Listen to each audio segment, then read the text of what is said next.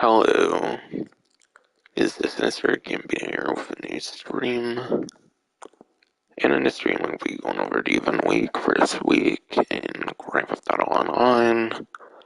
But yeah, starting off, as you would expect with a DLC that was announced to be right around the corner, it is going to be a smaller, like 5-day event week, so this one will not be lasting as long.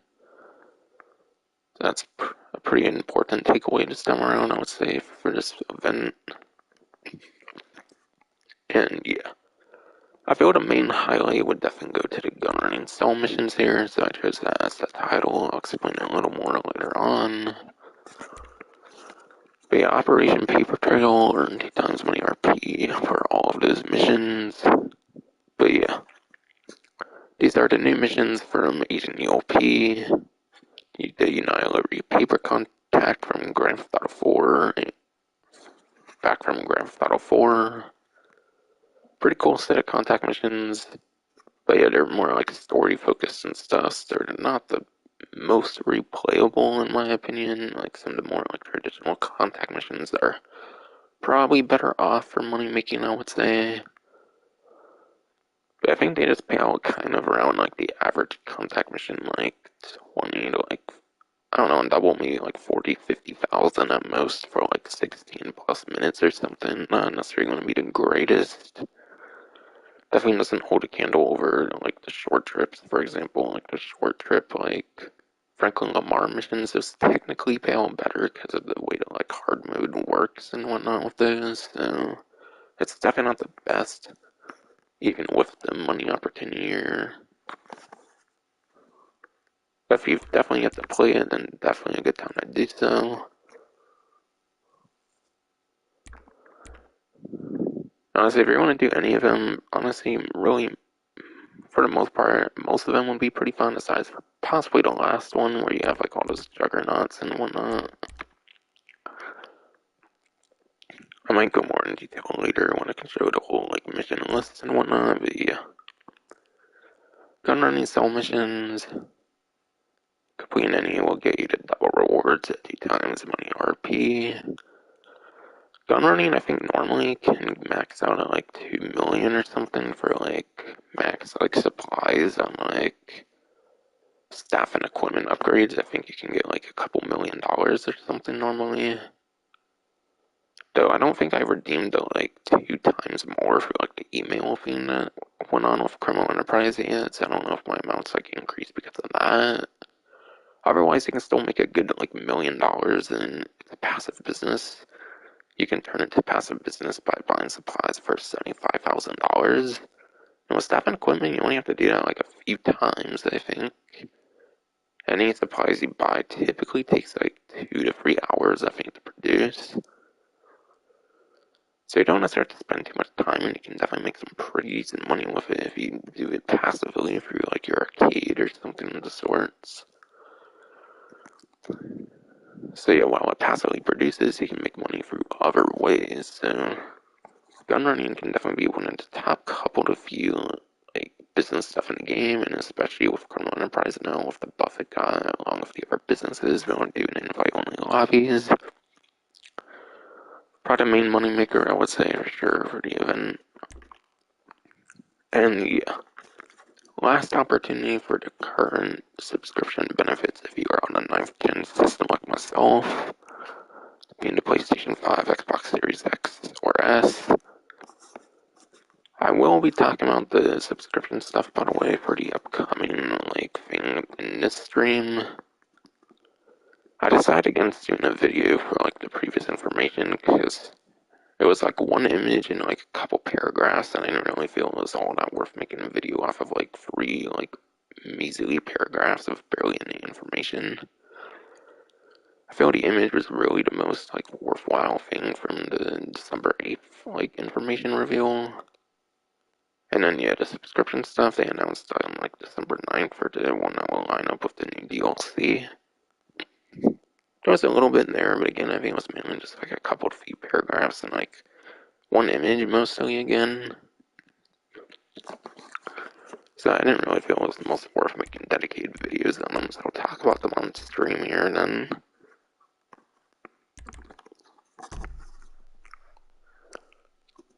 little highlights of some of that stuff that's going away. December 12th here, when the new update comes out. I guess really you could say December 13th, because that's when it releases.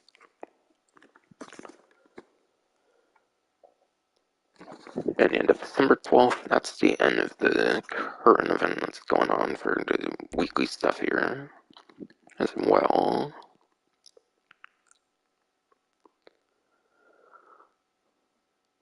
Nothing really new to say there at the moment. Again, I'll probably be talking about them more later on when I get an actual game. But yeah, collect Black Broker, Flat Cap, and Black Beat Off earphones. Completing business battle drop-offs. Collect the Black Broker, Flat Cap, and Beat Off earphones. Okay. So it seems you have to do business battles for those. Not really the greatest way to distribute them in my opinion, since you need other players pretty much to get them. I feel they should have went with something that's more like invite only. Something that's more like invite only friendly, I feel they should have went with, but it is what it is. For business battles, most efficient way to do business battles is you want like 3 to 5 players in an invite only lobby preferably. You need at least 3 players that are like outside of like apartments and stuff. But yeah, 3 to 5 players is a sweet spot you want for the most efficient setup for business battles. Because when you get to 6 or more, then the free mode events can spawn as well, and those like free mode events will reduce the frequency of the business battles, and you will not want that if you're trying to go for these as much as possible. And typically when they do this limited clothing stuff, I think they do like event cargo, so I think you have to look out for like event cargo text, because I think you can still get regular business battles as well. But yeah, there's event cargo, which is basically the same thing, you just get like clothing rewards as well. So you might need to look out for event cargo text too. So those are the couple different like strategies to mention about like business battles, how to best go about the clothing here. And yeah, on to the stuff that I'll be talking about here. The entire newswire isn't listed here, unfortunately. They totally could have hit like the whole like newswire on here, since like I said, I think it was only like a couple like paragraphs and then all of this stuff here. So yeah, image here. I'll analyze the image here, starting with the top left here. I think that's just a micro SMG there, but it has like a new livery on it, which is pretty cool. Brand new livery on it. From what I heard, I think Rockstar is like polling people in terms of like their subscription, like what people wanted to see affect the subscription, and apparently like weapon like tints and stuff is a high request or something.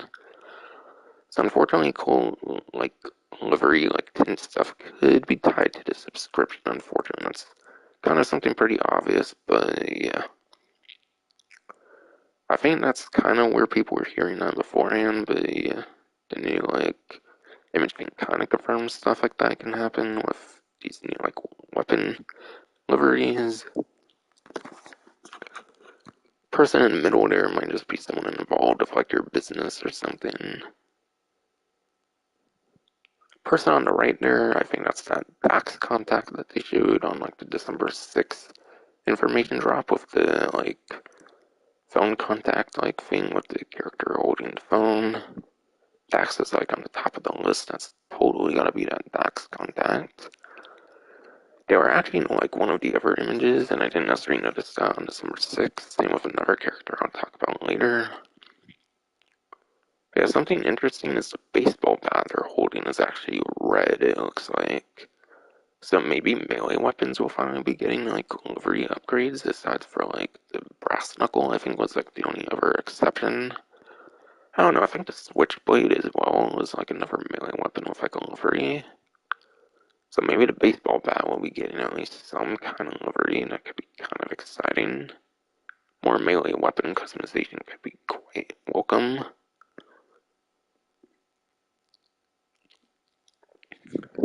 And then, yeah. crop duster in there. I don't know, that's not necessarily anything too significant, I don't think. I think you can use like smoke stuff with the crop duster already. I'm not sure if that's anything all that unique over there. Something that is pretty interesting though, which I actually cannot believe I didn't notice, was Ron over here. Ron was actually like in the like image of like the Brickade and like the journey and stuff. I just completely like skipped past that. I didn't even like notice he was even there. But yo, fucking Ron is coming back. I know he came back in Smuggler's Run, but he's actually one of my favorite characters from the story mode, I feel, so I'm definitely very happy to see Ron coming back. But he wears quite different attire, it looks like, when it comes to shirt now compared to like previous updates, I feel. In the previous updates he still wore like the red, like with the Smuggler's Run, I think he still wore his like signature like red like clothing thing. So yeah, I didn't know it was wrong because he was like wearing blue and stuff, so yeah, that kind of confused me. I should have noticed that and stuff. I was like, oh shit, is that Ron? But I just completely got so distracted off the Pegasus vehicles with the like different like paint, like the different like liveries and stuff like that. I got so distracted off of that, I didn't really pay too much attention to the characters, to be honest.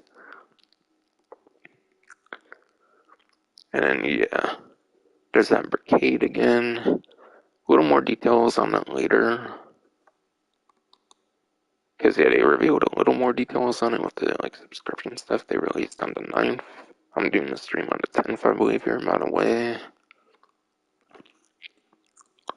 But it's actually a new version of the Brickade. I kind of figured it would be a new vehicle. Like, you have to buy a new vehicle and not necessarily, like, convert a Pegasus vehicle or something. And then, yeah, a couple other interesting details of rabbits.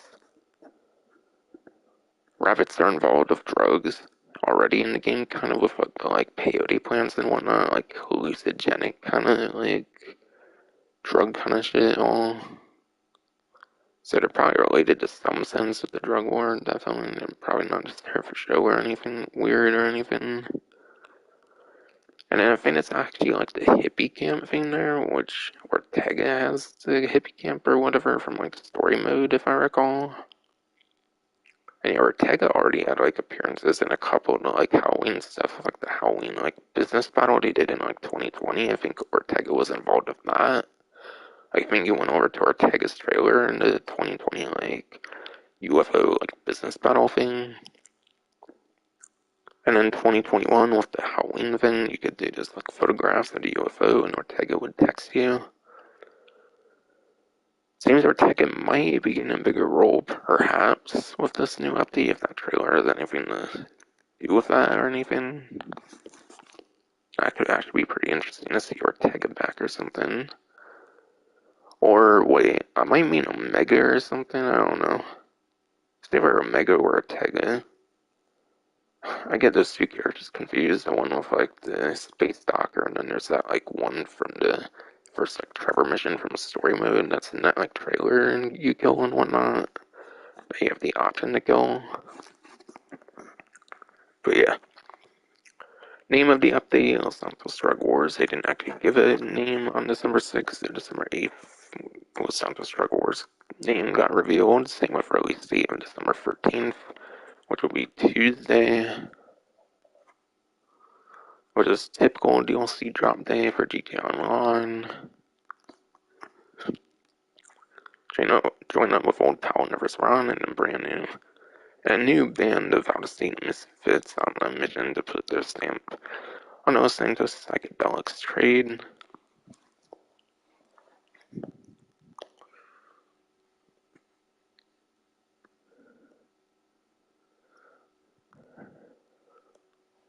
And I'm looking at the like second or third paragraph, see if there's anything of interest much here.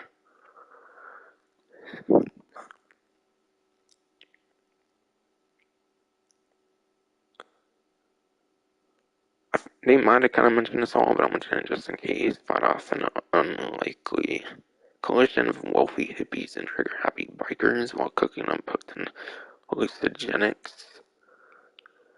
They might have mentioned some of the antagonists, like the hippies and the bikers on like December 6th. I forget though. Figured I would mention just in case.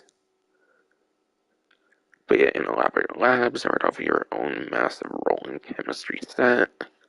But yeah, rolling chemistry set, and it goes into that arcade there. Name reveal pretty soon here. And yeah, this is the opening chapter of an expansive new two-part story update for GTA Online. So they confirmed the amount of parts. They said multi-part on December 6th, but multi-part could have been even more than two. But they now confirmed that it will be a two-part update, similar to other ones like a Lowrider Custom Classic, for example. That's what I was kind of thinking there. So it's just our typical like part one and like part two updates to typically do, nothing like unique or out of the ordinary or anything per se.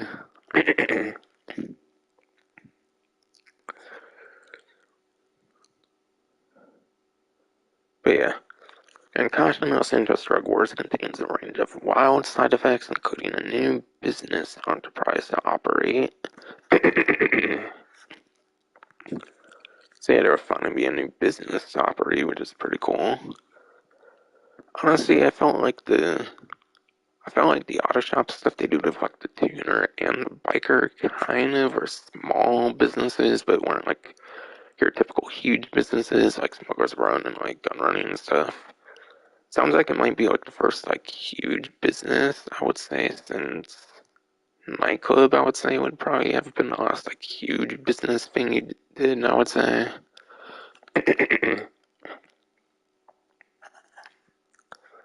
So it's probably been a good couple of few years since the last like huge business. So I feel this will be the first huge business in the last couple of few years. Be new vehicles and missions and experiential upgrades. Might just be your like typical like staff equipment, like security kind of upgrades. At least, perhaps it could be staff equipment security upgrades, perhaps.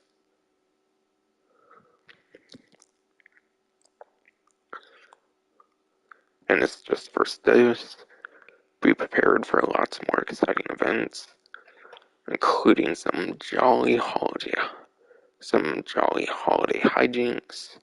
So your typical like festive stuff, kind of basically. Significant story and gameplay updates, and much more to come. So yeah, I didn't really feel there was that much worthwhile to mention there, so I kind of figured I'll just save it for a stream here that I typically do for the different event weeks.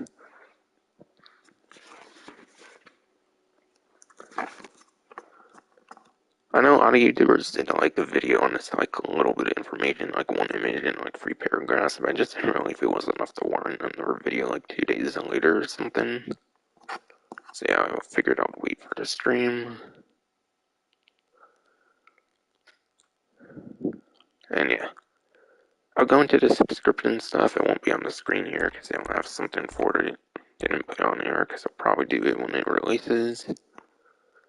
But yeah, this will be for 9th Gen only again because it's tied to that subscription thing. But yeah, GTA Plus members get special benefits in GTA Online Los Santos Drug Wars. Next update to Grand Theft Auto Online is coming to everyone on December 14th. Become GTA Plus member and enjoy on all new event period filled with exclusive benefits, including special perks in Los Santos Drug Wars. This update features the new first dose story-driven missions. Okay, so the new mission name will be First Dose. That's a pretty interesting name for the story missions. Maybe part 2 is more missions will be called Second Dose. That would be pretty interesting. Alright, opening chapter of an expansive 2-part story.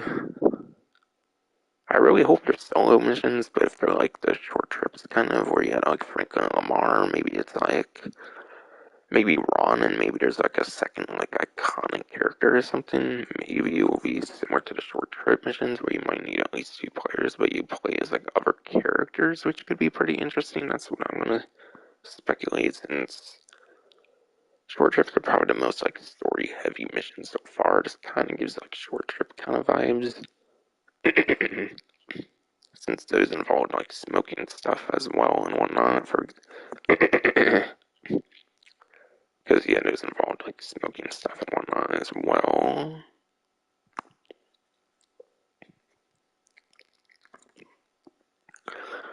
GTA Plus members will get 1.5 times money RP on first dose to gain a little extra in each mission.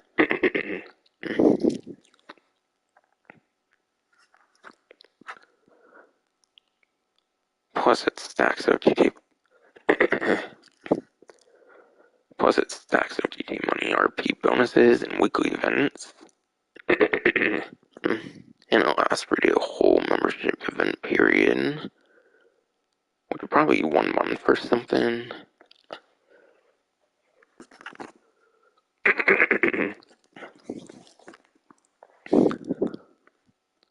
Be a membership event period, probably like 20 days to like a whole month, I assume.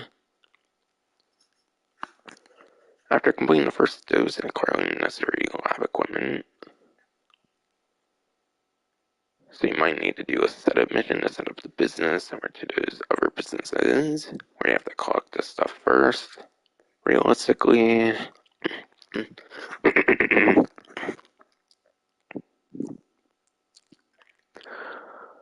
all players can then install an asset lab in the rear of the new MTL.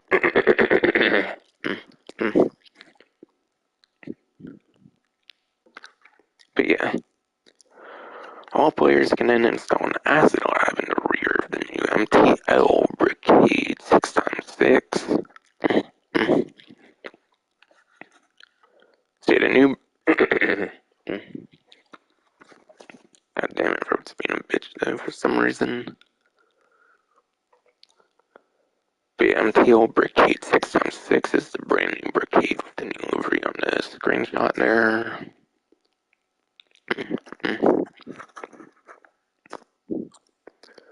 GTA Plus members will get to install Asset Lab for free. Okay, so GTA Plus gets to install Asset Lab for free. And then we'll also get a 50% boost to acid production speed through the membership period again.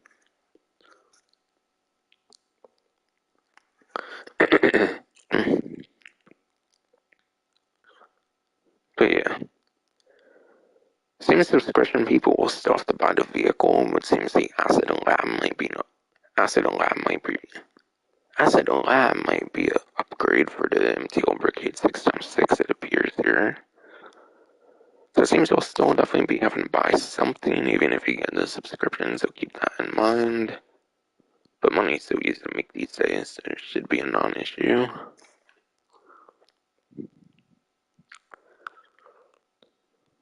But yeah, Acid Lab seems to be the business upgrade for Brigade 6x6.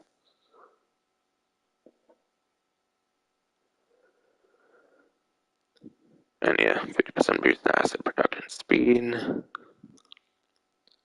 So it seems it's going to be more like your biker businesses, your bunker and stuff like that, where it automatically produces. It's not going to be active like the hangar. Not going to be active like hangar, vehicle cargo, and for the most part, special cargo. So it's more like a passive business, which is definitely quite nice. So you can do other things while it produces as well. So I definitely like the sound of that so far.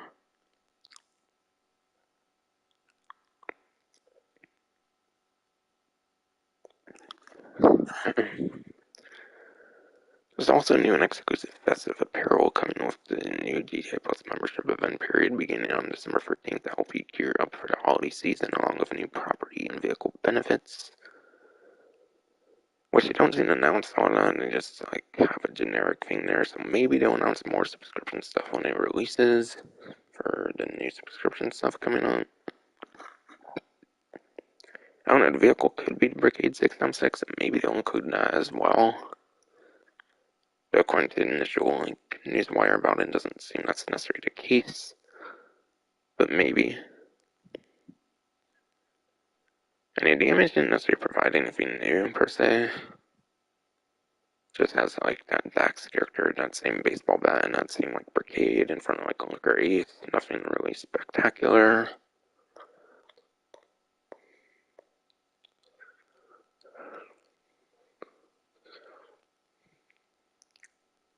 And aside from all that, it just seems like your typical, GTA Plus subscription stuff for when the new DLC comes out. But yeah, unfortunately, I didn't have a thing for it on here, but I figured I would say all the stuff that was revealed so far, since I didn't feel it was worth its own video. Same with the other thing, because it was only a couple worthwhile paragraphs and then one image for each thing. I didn't really feel it was worth doing a video on, per se.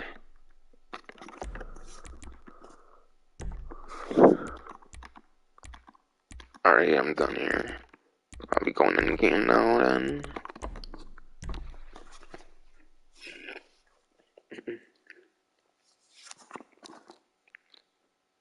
Oh, and yeah.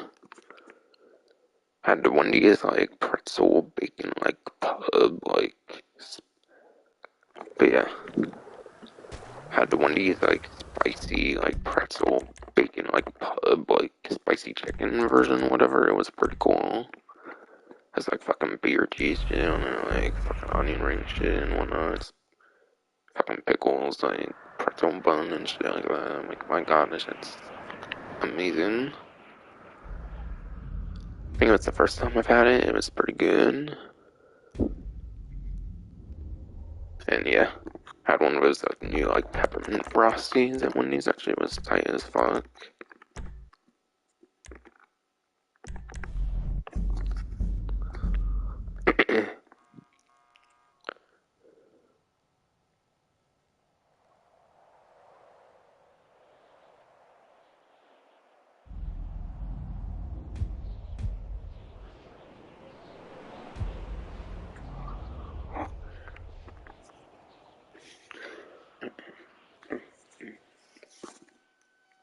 Okay, I still have an office spawn.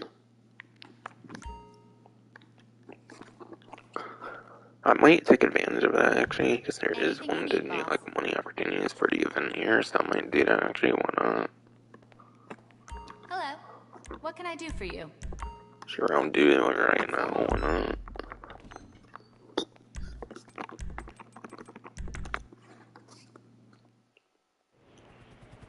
Since I'm here, I might as well, because I forgot to change the spawn over to Kazaka. Or didn't remember that I changed it. I don't know, maybe didn't save it entirely or something. If I did change it even. Yeah, I was doing a lot of special cargo and stuff, so I've been spawning a lot of it lately.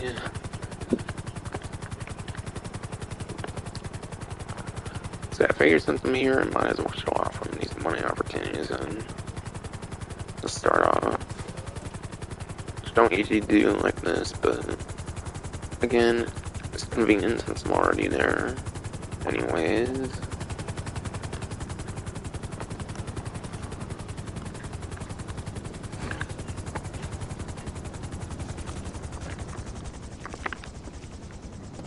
Show the optimal way of doing it and whatnot. So me, I like to take the Volitus as a CO vehicle because it's the fastest top speed helicopter that you can spawn for there.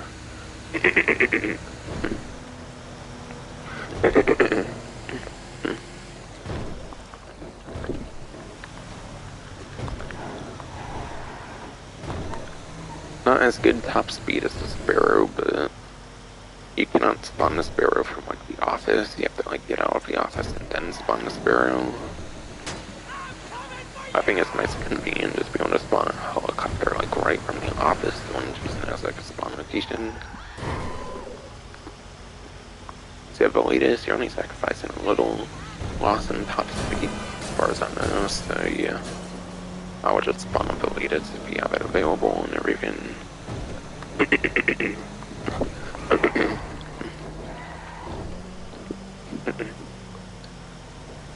And yeah, there's like a couple different versions of this, but for the most part you're just going from one of your like 5 different warehouses over to stock. It's nothing that crazy. It's a pretty easy mission. This one's just like enemies going after you. It's nothing too impressive on this one.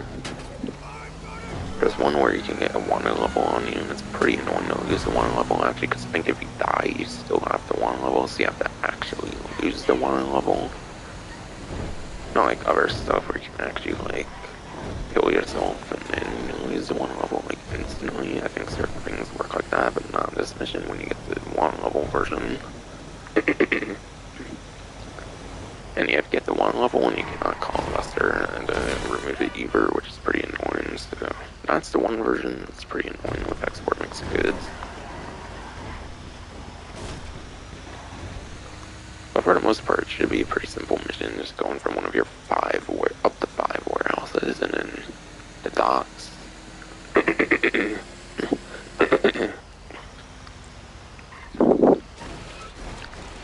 the 5 warehouses closest to the docks would be the easiest for this mission, technically.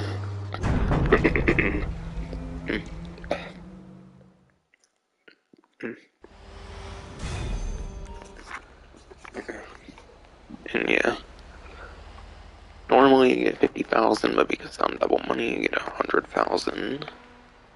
So you can make it easy 100,000 right now. And you can do this mission like every 48 minutes as far as I know, so that's pretty decent money. You can get like every 50 minutes. Every hour you might be making easy like $200,000 for it.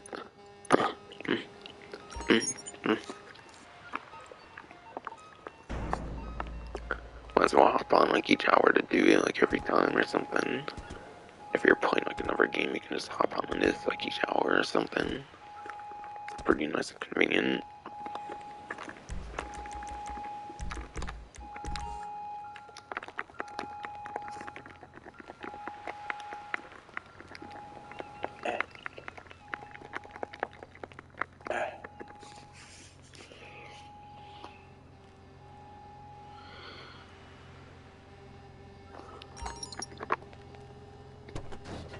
And yeah, I didn't have any of the email stuff for that active since I already did it, obviously, for the export mixed goods. I did that back when I did my like special cargo stream. Back when I did my 2022 special cargo stream is when I did export mixed goods for the first time. So if you do it 3 times with that, I assume you get like 300,000, which is pretty decent money. Because I think normally get 150, so times 2 on 150, that's 300,000 if you still have that active. And yeah, I think I did special cargo during like 1.5 times money or something, and I had it 50 times, so I do know you can do it during like an event week, and I think you get way more money as well if you stack it with an event week and the email thing as well. Of course, I can export vehicle.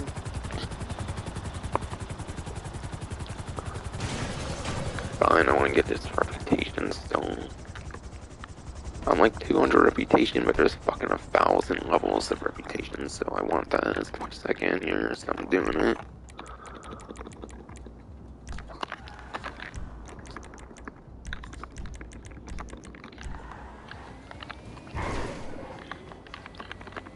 Coil rating, one of those like electric like sport cars here.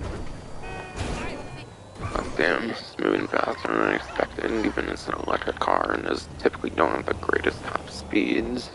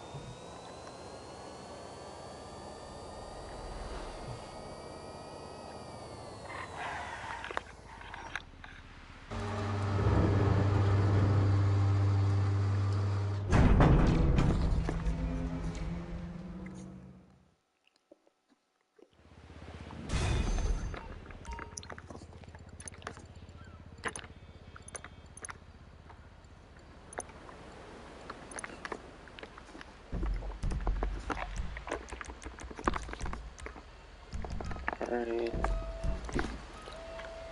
Alright then. Time trials and stuff now. I'll wait for the cooldown still. Regular time trial for the moment here. Tongva Valley. Short time trial for Tongva Valley. Description doesn't give the most like idea on like where the end is. But yeah, it says short and part-time's under minutes. It's probably pretty short. But yeah. Hard to say if there's going to be a lot of cornering or just going to be more like top speed. Going off the start area, it kind of like goes on like a wide, like straight road kind of in a sense with little bits of turns, but yeah. I don't know, it's probably mainly lap time focused, I would say, on this one.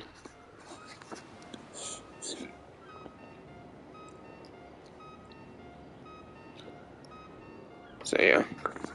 I'll go over the top couple motorcycles, and then I'll go over like top couple supercars, whether on like 9th gen or 8th gen. On 9th gen, you most definitely want to be using HSW Hawktail Drag, I would say. HSW Hawktail Drag is pretty much your best option, I would say, in terms of lap time. And I think it might be like number 2 top speed with like a couple of few miles per hour less than like the Western Rework from like the contract update, believe it or not. But yeah, on 9th gen you most definitely want to be using the HSW Hawktail Drag because it's got like the best general performance, I would say, for a motorcycle. And then yeah, on 8th gen, Shotaro and the Hawktail Drag seem pretty good for 8th gen for the regular Hawktail Drag in the case of 8th gen, where you don't have those HSW vehicles. We have next extra Tron bike and then the like regular Hawktail Drag, going off of roughly 152 Super Cheat, which finally got updated with the Colonel Enterprise DLC vehicles. So that's why I'm looking at Super Cheat again. And why I might be not describing these as quick as I usually do here. And then if you want to go for a budget option, the Body 801 is still pretty decent for 8th gen, being like number 5 for lap time and number 5 for top speed. And yeah, most of the regular time trials were designed like from like the heist update, the 2015 heist update, where like the Body 801 was like kind of at its like peak and everything. So the budget like $15,000 Body 801 can be pretty good as well, if you don't want to spend like $1 million on like a motorcycle for any reason.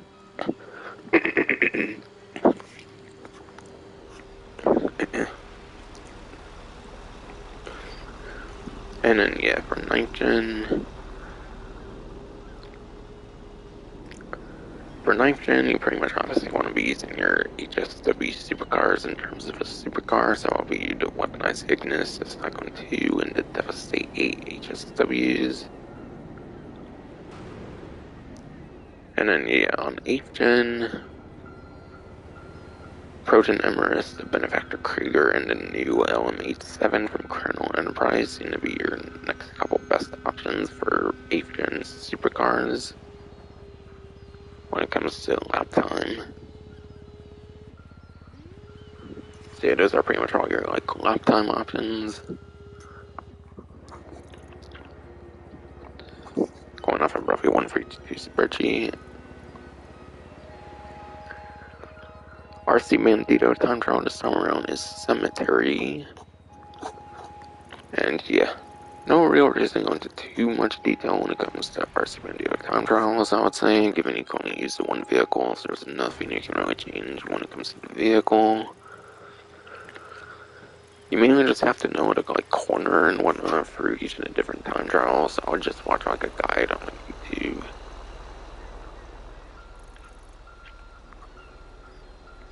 Or honestly, better yet, you might as well just do it yourself and just keep retrying until you get it, basically. Because then you might remember it more for future occasions.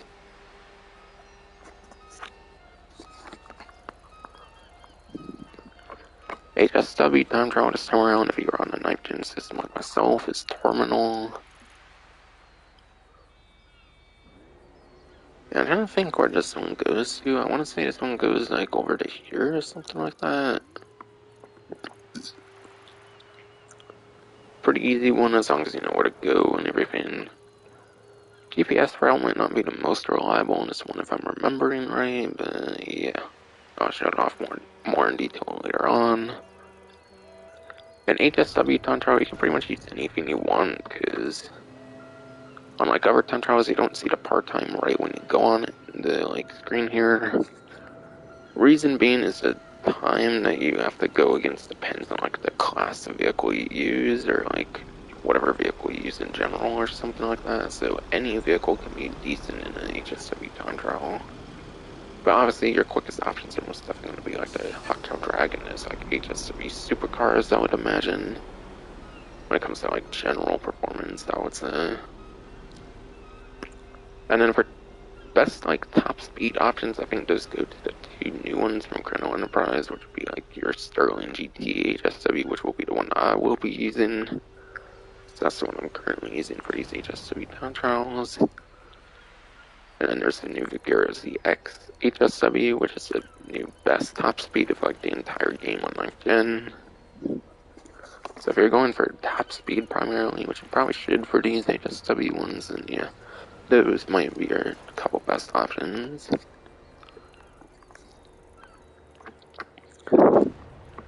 And premium race for the week is for the Sport Classic class. Not gonna be showing the map though, because you have to like actually go to that to see it. I don't know why they took away the ability to see like what course it is like on the pause menu here, but yeah, they did a while back. But yeah, Sport Classic class, I'll go over it a little bit here. Might as well.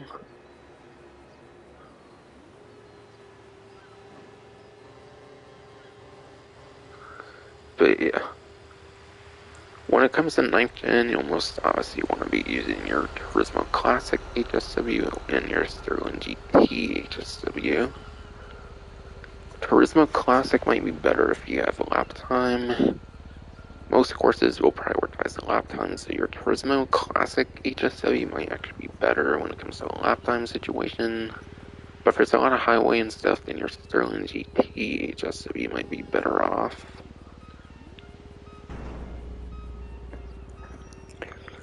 And then when it comes to 8th gen, you kind of want to be using the regular non-HSW Turismo Classic since you don't have HSW there, and then the Cheetah Classic, and then Rapid GT Classic according to Brefi 142 spreadsheet. When it comes to lap time focus,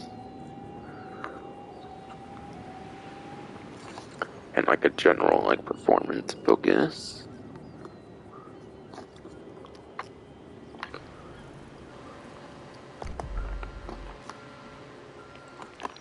so that's time trials. Hopefully no more of those export vehicles. Because again, there's so many damn kart meet reputation levels, so obviously I'm gonna go for them when I can. Granted, like 1,000 is a goal, and that's pretty much never gonna be hit, like legitimately. I might as well get as far with it as I can. All these different streams and whatnot.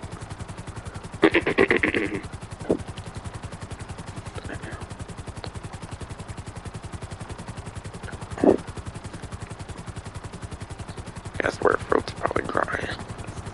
Where throat's probably dry as fuck, because the last bean I like ate was a fucking frosty, like ice cream kind of shit from Wendy's and shit. And not like a proper drink or some shit, I don't fucking know. Maybe that's why my throat's so fucking ass here in this stream.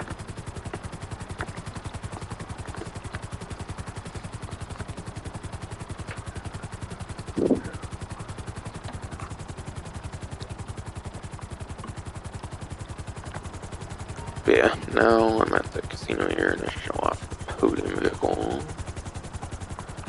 And Podium Vehicle this time around is actually a new one from Chrono Enterprise, which I don't know if they've actually done a Chrono Enterprise DLC Podium Vehicle yet. They might have, I forget, but yeah.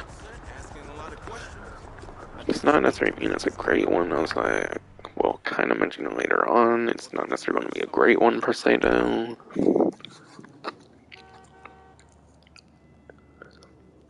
And yeah, being newer DLC vehicles, they tend not to like put them on like sales and stuff till like near the end of a DLC. I feel kind of and all that. Take your time.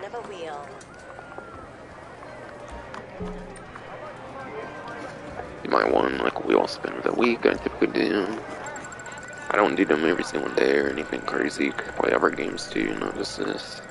Off stream, of course. On the channel here, I just play this pretty much alone, to be fair. Because Rockstar killed Red Dead, so... So that one I barely play anymore. Yeah, 10,000. Oh, 10,000 ships, right? Oh, no, RP. Lame. RP is definitely my least favorite. Besides for certain things in Mystery can be kind of some of the worst stuff, though. And what you would get. But yeah, this one here is actually one of the newer like DLC vehicles from back with Criminal Enterprise here, and that I believe is the Dinka Postlude here. So yeah, I have until December 12th to get the vehicle on the podium here since the start of the event. Should be on Certain Android Super Auto on this one, yeah. Little preview and some discounts for later. Now we'll talk about later on. Most of the discounts I think this time around are actually some of the newer vehicles in the game, as it'll like last couple updates. A little preview kind of on the way. But yeah. I'll look again on this news wire here before I make sure here. Alright, yeah, it is the Dinka Postlude, and you want to get till December 12th, so not much longer as of when I'm doing this stream. But on a trade price, it will be $982,500. And if there's delivery on it and you keep the delivery, that might save you like another like 20 or 30,000 at most, I would say. So at most, you might be getting a little over $1 million in savings, assuming you have the trade price and not the buy it now price.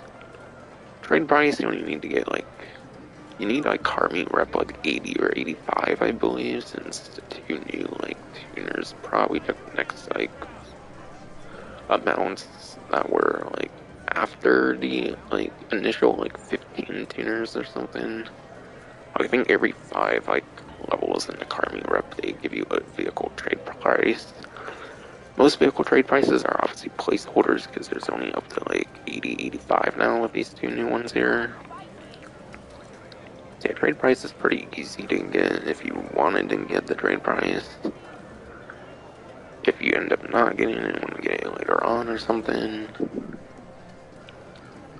But yeah, I think the Postlude, thankfully the spreadsheet is actually up to date now, so I can actually get the proper performance file. I haven't talked a while about it per se, longer than I already did. But yeah.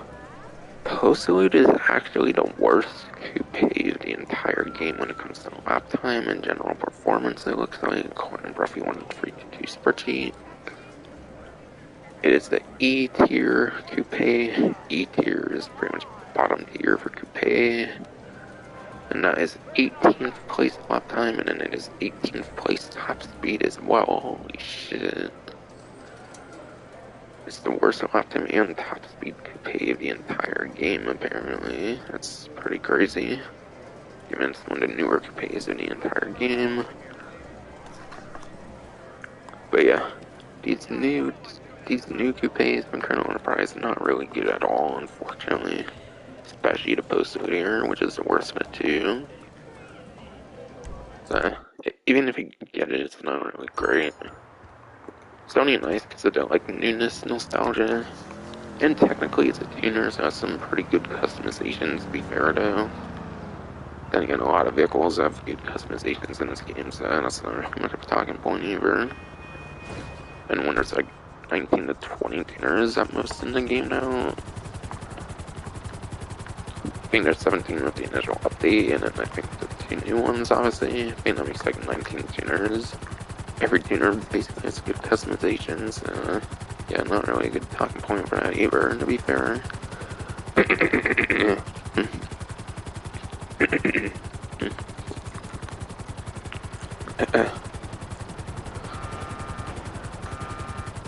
the only good thing about it is it's a pretty new vehicle, but yeah, it's probably gonna be forgotten about kind of when it comes to the next DLC release. Definitely, if not already even.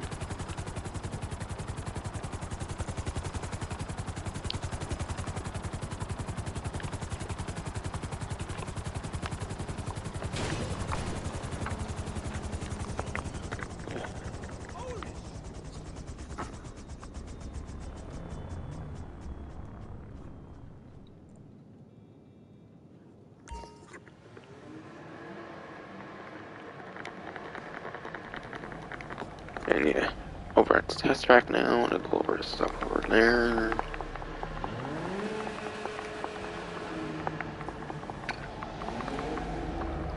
But yeah, for test ride vehicles this time around, there's the Emperor Vector, here in Sultan RS Classic, and then there's the Vetero Cockwood D10. Two of these are a couple tuner vehicles for most Santos tuners, being the Vector and the RS Classic here. And then the Federal Cockwood D10 is back from Los Santos Summer Special, which was like mid 2020, so it was like 2 to 2.5 years ago at this point.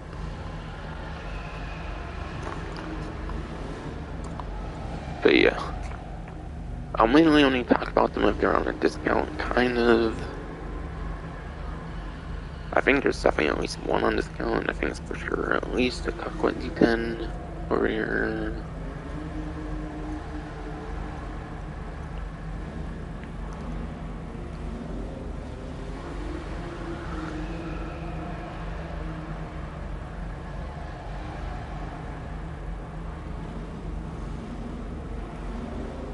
Alright, yeah. Looks like the first two are on discount, just Cockwood D10. So you'll be getting the Vector and then the RS Classic both at their regular prices. But yeah, they are tuner vehicles, so I probably will talk about them now, given they're in like a tuner themed interior kind of. But yeah, the Emperor Vector is like number 2 lap time between all of the 19 tuners, I'm pretty sure, in the entire game for the tuner subclass. So it can be a pretty good option for your street and like pursuit races and all that, like tuner specific content when it comes to the racing side, at least. The street races, pursuit races again. But the top speed is pretty much one of the worst when it comes to the Vector. It's not the worst top speed, I think that's like the Warner HKR, or maybe one of the newer tuners even now. But it's a very bad top speed though, but you do get a very decent lap time. An actual better option here though for a tuner is actually the Karen Sultan RS Classic. This one's actually your number 1 lap time when it comes to the different like 19 tuner vehicles of the entire game. So Sultan RS Classic is basically a better version of the Emperor Vector. Because that's the number 1 time. It's the number 1 lap time of all of those different tuner vehicles, subclass vehicles. And then it actually has pretty average top speed as well. I think it's like average top speed, I would say. Could even be a more above average top speed now when it comes to tuner subclass due to its 2 new shitty pays out. That's definitely very decent. It's basically going to be your best like street race, pursuit race vehicle, I would say, when it comes to those different tuners. So even though they're not on discount, it can definitely be kind of nice to own, especially this RS Classic here. And the Vetero Cockwood D10 back from Santos Summer Special like 2.5 years ago. That will be on a 30% off discount. And that is in the sport class, I'm pretty sure here. So I'll go over roughly one for each spreadsheet now.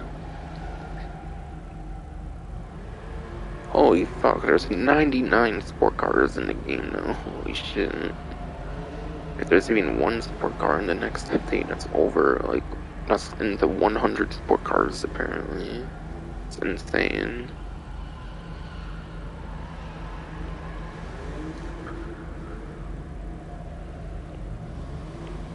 But yeah. Anyways, the Cocklet D10 here, according to Murphy 152 spreadsheet, it is at the way bottom of B tier when it comes to your like sport cars. And your Cocklet D10 will be a 31st place lap time, and then it will be a 6th place top speed. And yeah.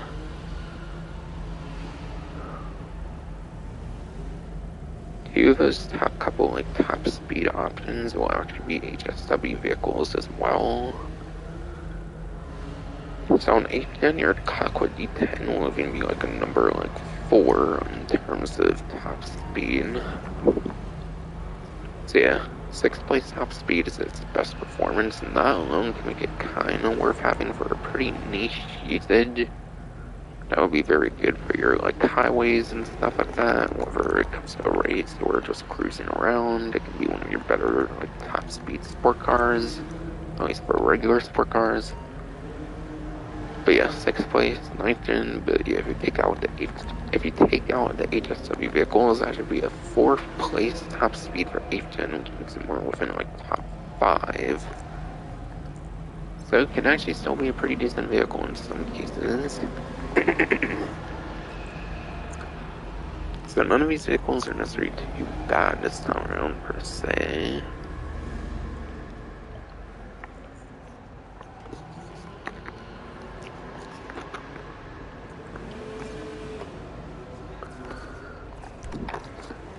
And yeah, prize ride this time around is the True AZ type is your prize ride this time around. Very old school sport classic vehicle, and that's from day one of like Grand Theft Auto 5 and online. It was in the game since September 17th, 2013, the initial release day of the story mode. So because of that, it's not really too much worth a garage slot in GTA Online, so you can just buy it in the story mode. But yeah, I'm pretty sure it's $950,000 if I recall, so it's under $1 million in online, which is funny because in story mode it's like 10 million. Obviously it wasn't going to be 10 million though, and like online mode that would have been crazy for something like the Z-Type. Yeah, I think it's 950,000, so you can definitely get some pretty okay savings. But undeniably, you can probably get the same vehicle with like one like Cayo Perico heist at like 1 hour investment. You could probably easily get this vehicle in like 1 hour.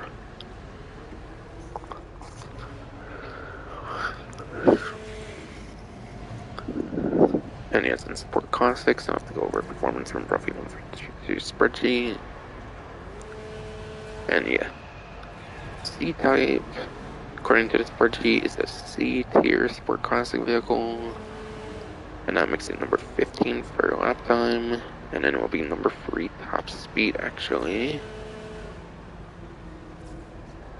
And what that basically means is that in 8th gen, it is basically your number 1 top speed option. As in 8th gen, you don't have those HSW vehicles. But 8th gen, you do not have HSW vehicles, therefore it's basically your number 1 top speed.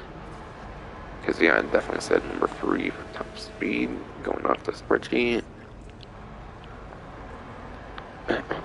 Even on 9th gen, it's even within top 3, which is very good, instead of your number 1 option. So yeah, just for the good top speed alone, it's definitely a good high recommendation you go for that. As for the challenge though,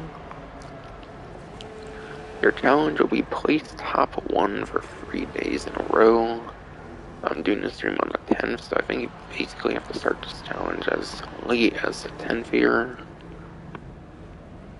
But yeah, place top 1 3 days in a row. Not too bad. That's like 50% chance if you do like a street race if there's 2 players.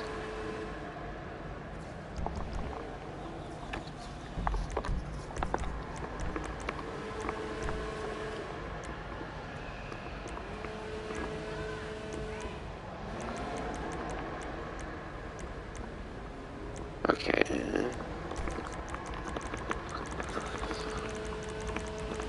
But yeah, pursuit race, top one will basically be a 25% chance in a pursuit race with bare minimum 4 players. And then, yeah, for street race, having a bare minimum 2 players, that'll be at least a 50% chance for that top one. What you could do is you could just play with a friend, you could play with a friend, let them win one, and then you win one, just exchange wins with a friend. You're like one time in a day, basically 3 days in a row. So you let yourself, your friend lets you win free, and then you let a friend win free, then you can get 2 people getting a vehicle pretty easily. So not a hard challenge at all if you do it that way, especially even with randoms, you can definitely very easily do it with the street race method.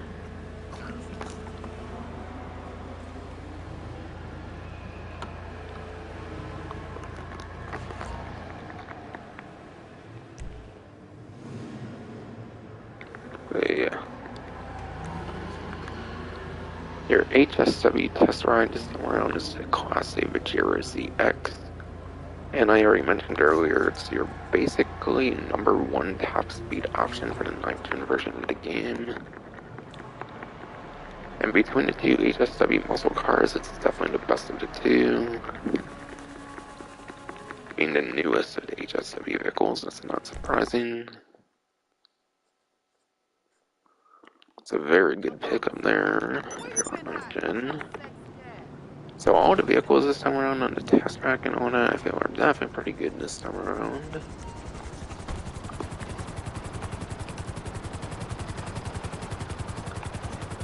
Now for luxury autos. And yeah, I think both of the luxury auto vehicles are on a discount. So I'll be covering them pretty extensively.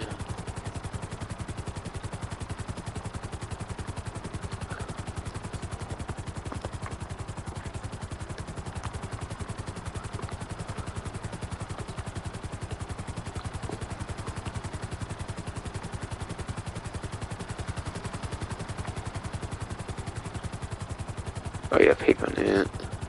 That's a money opportunity, by the way, at like 50%. So you're basically getting like 1.5 times more on like pavement hits. I'll talk a bit more about that later on though. But yeah, you know that's not a 1.5 times money. So I'll get to it more later on here anyways.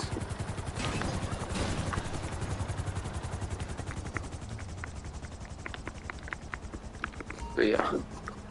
You're actually getting a regular Vajero ZX here, funnily enough, after just seeing the HSW one earlier, and then the Lampadati Cressida, which are both vehicles from the latest Criminal Enterprise DLC. But yeah, basically I already talked about the HSW Vajero ZX, so if you're on 9th gen, this is definitely a very good pickup, but you better pick it up at, but yeah. If you're on 9th gen, you want to be getting the HSW version over at the test track. This one's a waste if you're on the 9th gen. This one's more for the 8th gen systems over here, where you don't have the HSW version. That's over at the test ride. Test track, car meet. But yeah. The regular Vajero ZX is still pretty decent though. Instead of being an S tier though, it's an A tier muscle car instead. For the regular one here. And that'll be a 5th place lap time. But yeah. 5th place lap time. It would actually be a 4th place lap time even on the 8th gen. And then it will be 8th place top speed.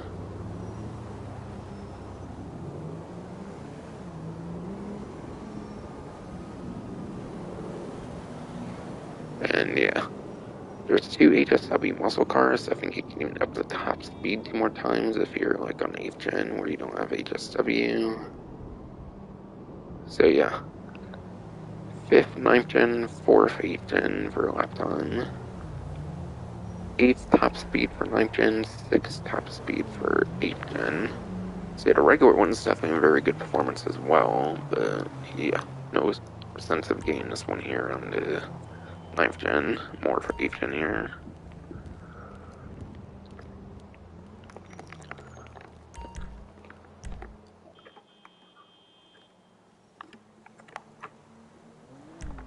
And yeah, the version over here, that's the price it is on the discount, so it should be on a discount.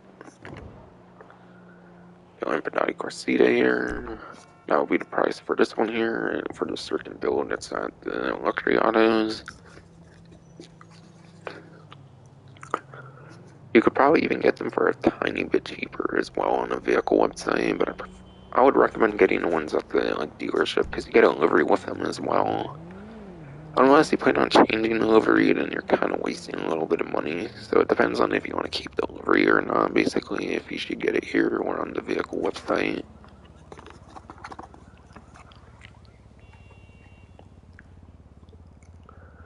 The Lampadati Corsita, I think that's a new sport car they released of Colonel Enterprise here. So I'll have a look on the spreadsheet here. Alright, yeah, the Lampadati Corsita is a sport car.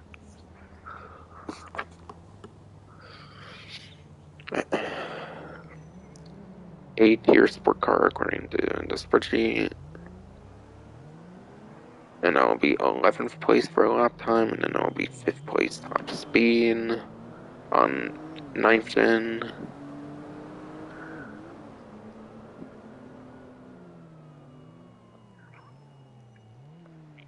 On 8th gen, you would definitely be getting like a 9th place lap time, so you would be getting within the top 10 for lap time on the 8th gen.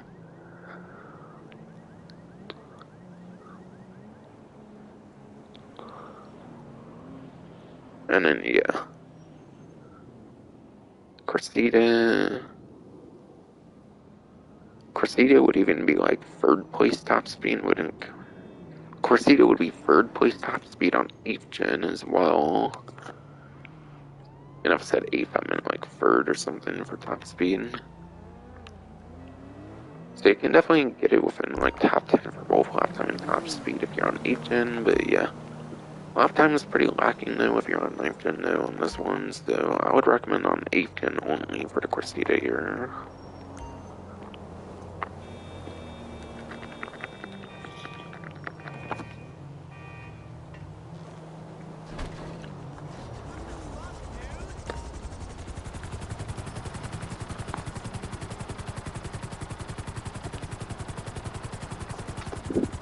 And yeah, as for the percents off, I didn't really look at percent off yet.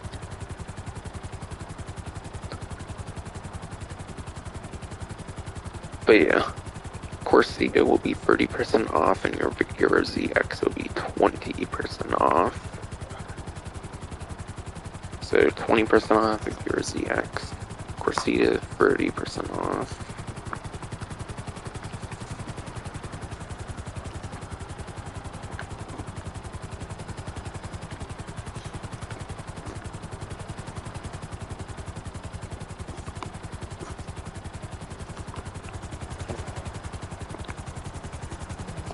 And yeah, I got the Simeons here next. I think there's a good bunch of stuff over here that's on discount as well, if not like the whole like shop even. I could even see the whole thing being discount if I remember looking earlier. But yeah. For Simeons this time around, there is the Class A Draugr, new vehicle from the current DLC Criminal Enterprise. The Bache Champion is one of those Zamani Tech vehicles back from contract. The Astron back from contract. Keep in mind it's the regular Astron, you're not getting the like custom one as the HSW upgrade because yeah. 8th gen also has to like pre-induct Reaper work, so they have to make it friendly for the 8th gen as well. Unfortunately. Lampadati and Quamilla for contract, and then the regular Ignis from contract. And again, keep in mind you will not be able to get this one HSW. You need that weaponized one for HSW. And again, since they need to make it compatible for 8th gen as well, then you cannot really put something exclusive for 9th gen unless they put like a new slot in here somehow. I feel over here they should put like a 9th gen exclusive vehicle here. That would be cool, but yeah. But oh well. It is what it is.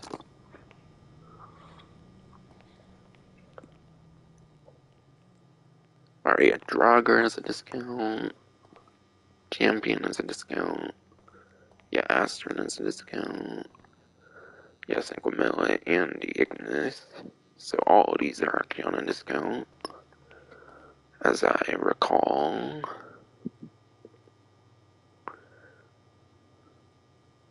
And they're all 30% off, so percentage for each of these will be a 30% off.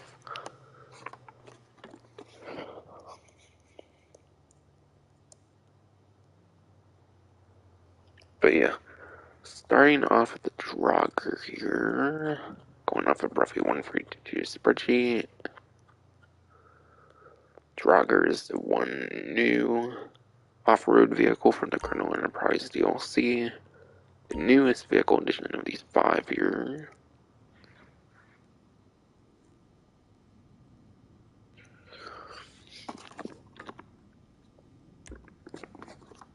For the certain build that Simeon Series will be getting 1,309,000. Again, if it has a livery on it and you go to the vehicle website instead, you'll get a little bit cheaper, same goes for all the rest of them.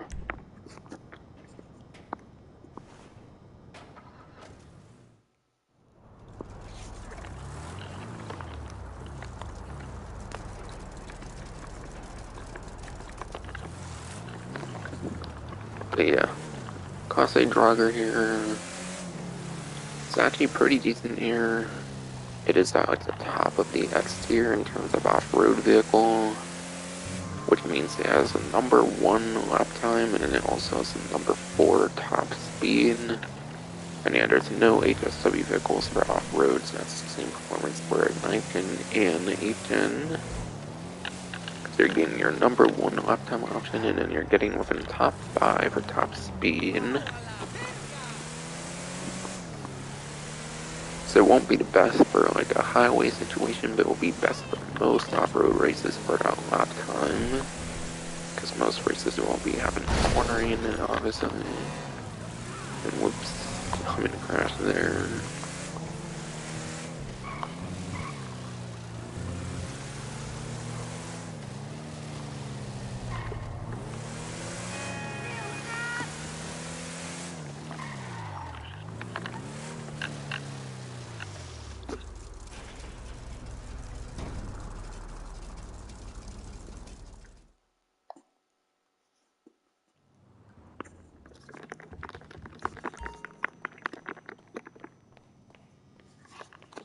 And then, yeah. Next will be the Debauche Champion. And this is the one here that is in a mining tech vehicle. All the other ones are more like regular traditional vehicles without like weapon capabilities, stuff like that. This one's more unique here than your average vehicle here.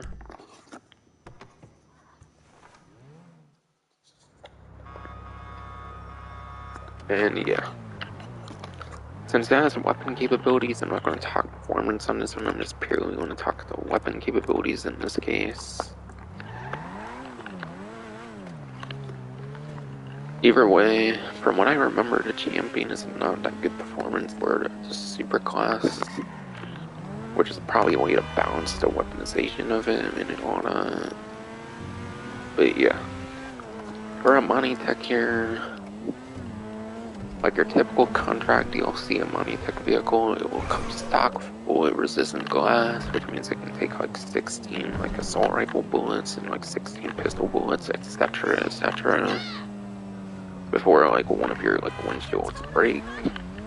So you get the slightest sense of bullet protection, not the greatest though. It will also come stock with a little bit of armor, like explosive resistance. You can double up on the explosive resistance if you put armor plating on it. I think it takes like a couple rockets, but it can take more like a few to several rockets if you put the armor plating on it. Has silk mines on it. And then you can put machine guns on it for like mounted driver weapons. And then yeah, there's missile lock-on jammer, remote control unit. All depends on your personal preference. Missile lock-on jammer is good for most vehicles. Obviously, the Champion would not be an exception. But yeah, Champion is kind of one of the speedier Amani Tech vehicles though, so would probably be one of your better candidacies for a remote control unit. But definitely not your best option for a remote control unit if you only care for one to have a remote control unit. I would go to like the Omnis EGT, the new like electric Amani Tech vehicle we did with the Criminal Enterprises. Which is definitely one of the better candidacies, I would say, for a remote control unit because it's already quick enough for missiles not to be too much of an issue compared to some other ones.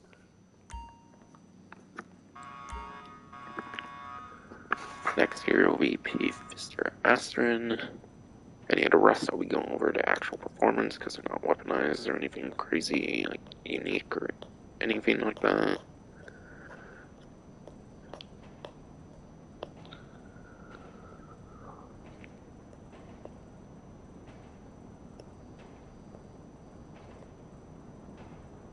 Alright, yeah, Champion's like F tier supercar. I'm not going to go into specifics because it's weaponized and stuff anyways, but yeah.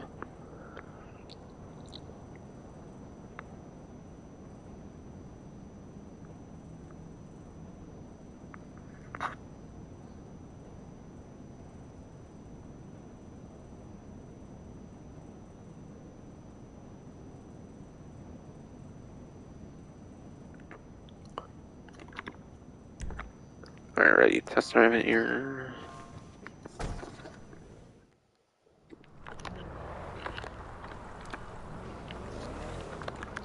But yeah, regular Pfister Astron. Again, if you're on 9th gen, I do not recommend this vehicle because you can just get the Astron Custom, which you can then turn over to the HSW, which would then be a much better, like, performing Astron version. The Astron HSW, Astron Custom HSW is definitely going to be your best Astron possible version for 9th gen. But yeah, it appears to be a 4th place lap time for 9th gen, and then it will also be 5th place top speed for 9th gen for this regular Astron here. So if you take out the Astron Custom HSW, at least maybe even the Astron Custom without HSW, that can be like 3rd, 2nd place for lap time, which puts more into top 3 territory instead of top 5 for 8th gen. And then, yeah, that would make you like number 4, possibly even number 3 if the regular Astron Custom is a better performance, which I imagine it is, even without the HSW upgrade. So that's like 1 and 2 vehicles you can get rid of when it comes to the 9th gen version. When it comes to the 8th gen version, that doesn't have HSW. And that probably doesn't have the Astron Custom, because the Astron Custom is exclusive to 9th gen even for the regular version.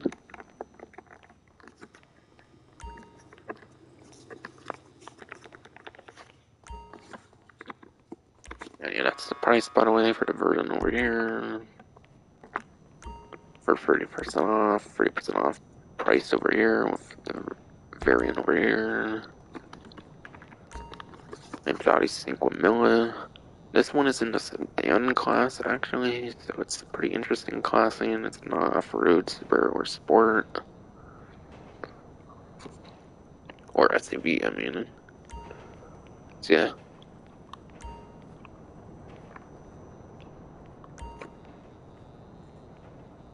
But yeah, it's in sedan class. But yeah. Like 40 to 50 minutes later, it might make goods be unavailable, like I was commenting earlier. So you can like hop on every hour and then do it again, which is quite nice, especially on $100,000 at least. Okay. Cinquemilla here.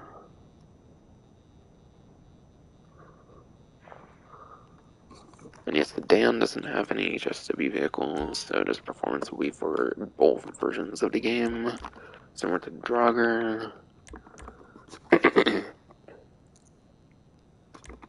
That's the 30% off price there for this particular version.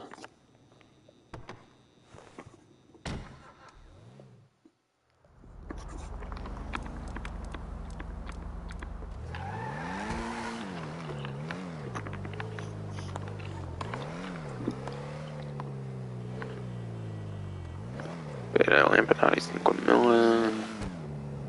That will be a number 1 lap time. It will be S tier for the sedan class, according to everyone's spreadsheet. Making it number 1 lap time, and then it makes it number 3 for top speed. So you are definitely getting some pretty decent performance here.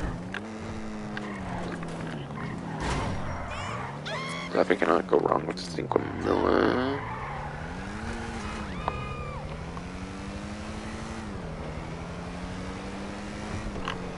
Being number 1 lap time alone makes it basically your best sedan option of the game. For a racing performance kind of stand and whatnot. For a racing performance kind of viewpoint.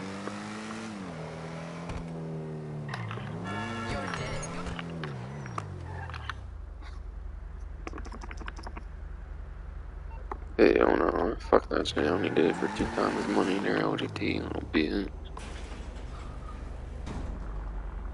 And for my email offers, which I redeemed in the previous event by selling that all. I sold all my biker businesses and I did it solo even. I didn't get Post Office and Trash Master thankfully though, so I was able to do them entirely solo. Takes a while to do it solo though for those biker sales when you have like 3 different vehicles. But yeah, I didn't get any Trash Master or like Post Office vans, so all my sales went pretty decent. Which was nice because it was a while since I did this biker businesses. It was nice having some better sale missions. At Seaplanes, Buzzard. Trying to think what else. I had 2 boats, I think, and then I had like the Pounder, like the one like truck for like my meth. So I had some pretty good sale missions when I did mine. So it was pretty nice. But yeah, last but not least here, Pegassi Ignis. Purchase price 30% off for this particular variant here will be 1,954,880. And then that will be a supercar.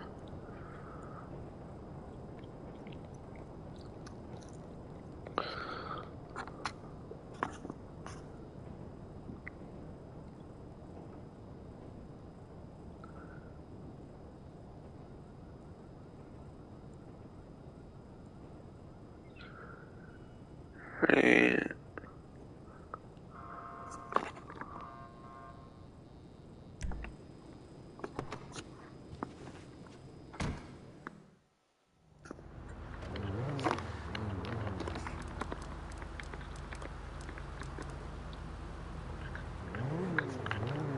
But yeah, last but not least, Pegassi Ignis here.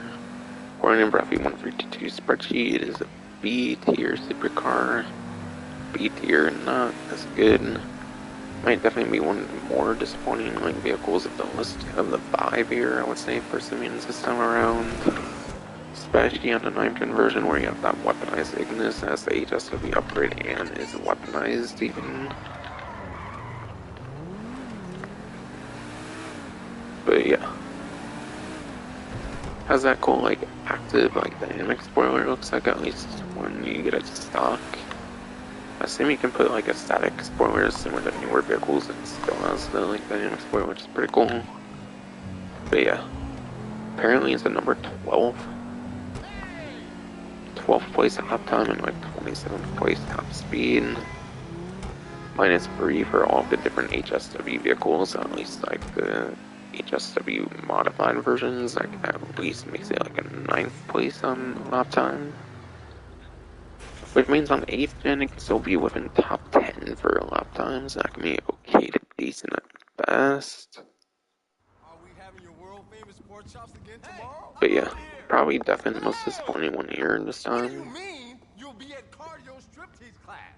What the hell is that?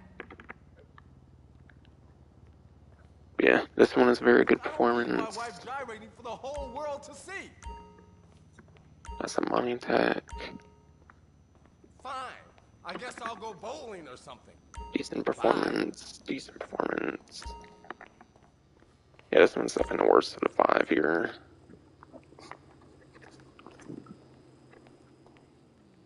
They can all definitely be usable on 8th gen though. But 9th gen, this one's a definite pass though. So if there's one bad vehicle, a bunch of stuff on this one. So I would get any of these few if you want them. But yeah, on 8th gen I would pass on the on 9th gen I would pass on this one too. Because again, there's the HSW version of another one similar to this. So I think Camilla, the Champion, and the Draugr are definitely my top 3 choices here, or choices for the Veneer.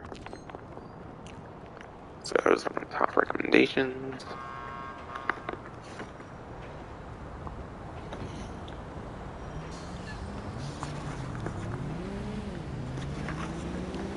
And yeah, that was all the showrooms here, so now I'll go over all the remaining money opportunities and like discounts that have yet to be talked about.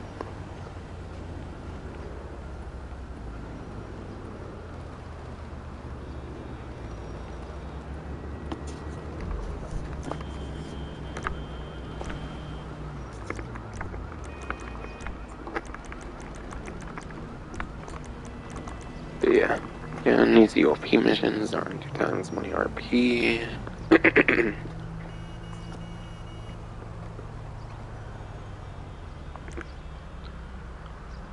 But yeah, trying to look at these, see if I can remember like how these missions were. Trying to see if I can remember which ones were good and which ones were bad here.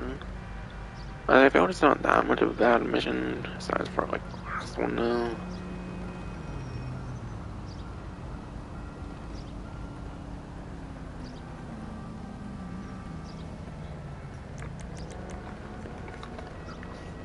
But yeah, asset seizure. This might be the one where you're in like the van and then you have to like do like the hacking kind of thing from like the Doomsday Heist or something if I recall. It could be this one. Could be wrong though. But yeah, it's not that bad of a mission I feel, aside from like the hacking, especially if you snack in the like vehicle. If I'm remembering the mission right, then that one's not too bad. Clean up here.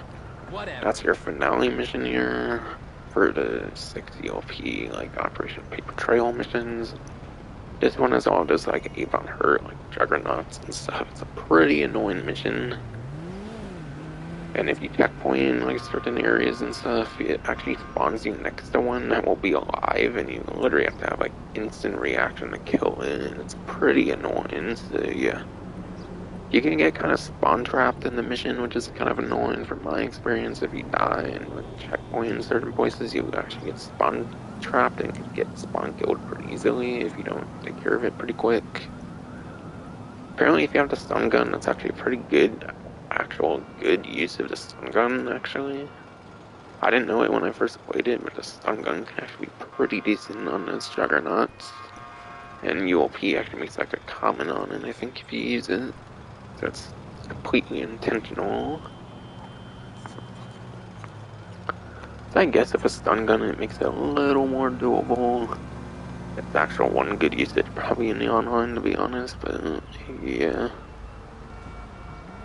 Still, like your typical finale mission, is not that great, difficulty-wise. Counterintelligence. I'm not sure if it's the, like, one where you, like... I'm not sure if it's the one at, like, the construction site where you have, like, the drones you can destroy or something. Or if it's that other one that has, like, the drone. I think there's 2 that feature a drone in it. Either one, I don't really necessarily remember being that bad. Tradition. Yeah, I don't feel I remember this one being all that bad either for me.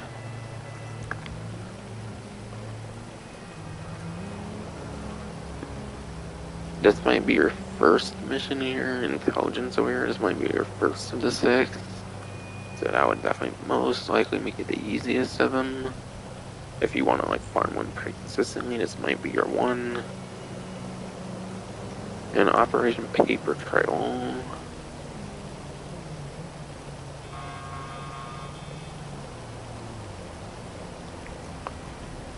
This one could be the construction one, actually. Maybe the counterintelligence is the other one that features the drone then.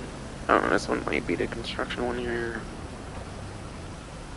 Which it might be one of the more difficult ones, because I remember there being a lot of enemies that go on that one, but if you can stealth it pretty decently, and it can, like, you could probably blow up, like, the Annihilator stealth if it lands in that one spot. I don't think it's that tall of a building, so you might be able to hit it with, like, RPG and stuff. So yeah, I feel all of them, except for the cleanup, are actually pretty decent options. And yeah, could be worth mentioning the playlist method here, but yeah. I know the lowrider missions are like the one exception, at least from what I've done so far. I haven't done a contact mission content for Super Yacht Life missions or like the short trips, I think, so far.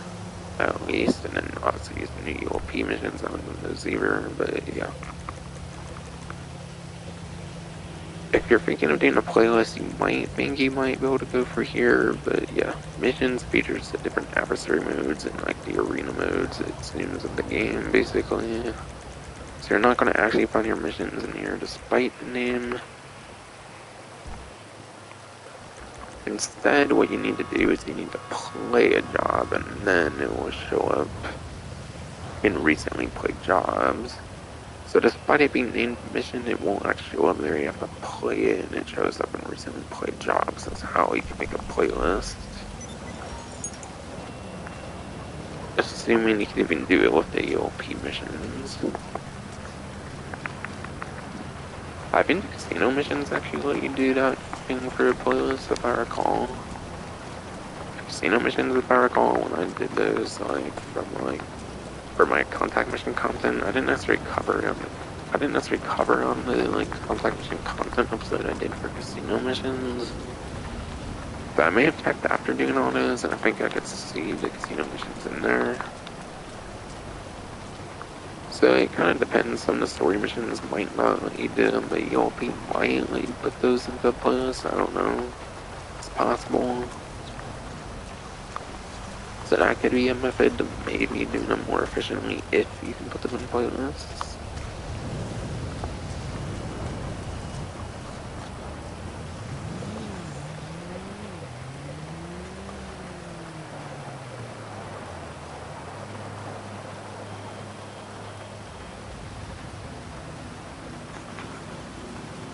And yeah, bunker.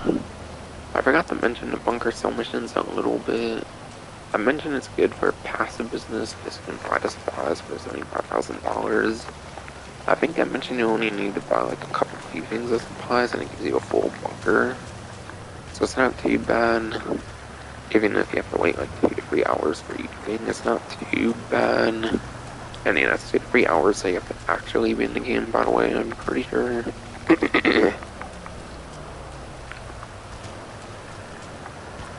But yeah,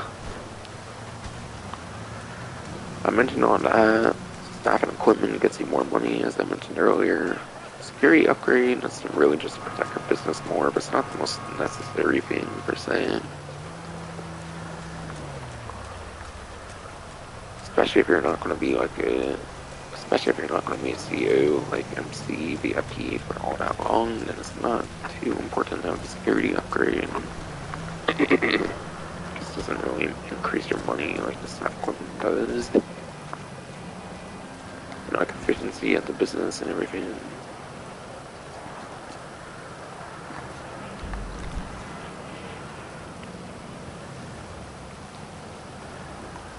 But yeah.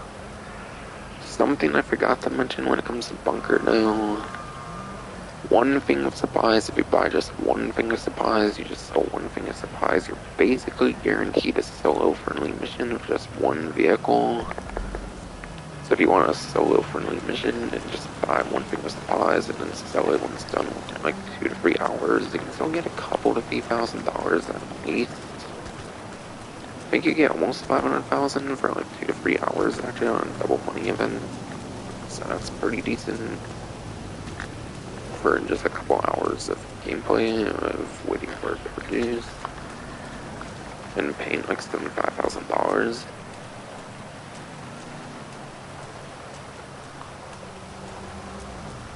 But yeah. A whole bunker pretty much guarantees so that you have to do like 3 vehicles as far as I know. So if you wanted to be more solo friendly, just buy one thing of supplies. I wouldn't go any higher if you're trying to do it solo, per se.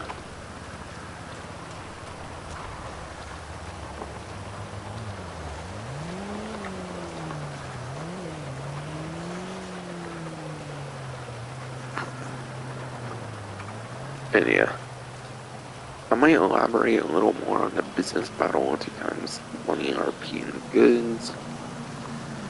But yeah, 2 times money. I think money when it comes to business battles is like the money you get on your actual character, because you get paid out in like 2 different ways when it comes to business battles. But yeah, you get some pretty okay money when it comes to your actual character. When you do a business battle, you can actually get like 10 like $20-ish thousand at least. I feel like you can definitely make some pretty decent money on your actual character. So having 2 times more is definitely very nice. With it already being good normally. RP, not necessarily one of the better RP methods. You how much RP, whatever. But yeah, you do get 2 times on your goods for the business battles, which is nice. I feel usually they only do 2 times money RP, but you also get 2 times on your goods, which will make your nightclub produce faster as well. Granted, I don't really recommend business battles for it anymore since you have the Johan missions. Johan missions, and I was doing like printing and copying. Printing and copying would get like 30 out of like 60 just from 1 mission, and then doing 2 missions for printing and copying got me full printing and copying. And then organic produce, you got like, for me, I got like 21 like cargo per mission, so I was only like 4 missions. I'm not mentioning the other ones though, because you have 5 technicians that can be assigned to each of those, and then you can also do those missions in addition to the technicians like doing stuff where, you know, as the Colonel Enterprise update with this new Johan mission now. So nightclub's a lot more efficient even without the business battles, so I feel business battles aren't that impressive anymore when there's just solo versions you can do and invite only and whatnot for those Johan missions, which is almost kind of ish the same thing in a way.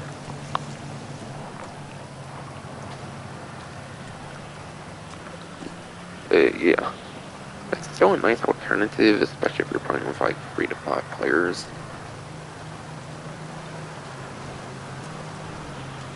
For those most efficient like business battle lobbies.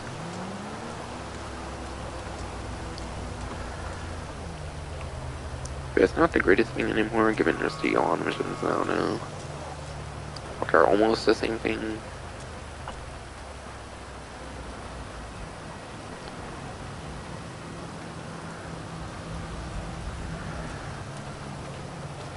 And yeah, 2 and 4 missions for printing, copy, and organic produce. Those were just for like the worst businesses as well. And like I said, you get 5 technicians. If you have technicians on the like 5 best things, and you already have those full, just from being like ASD in the game on like the enter-exit like test track screen, and yeah, it can definitely make you some pretty decent money those Johan missions. So yeah, business battles are basically just ain't not as good anymore.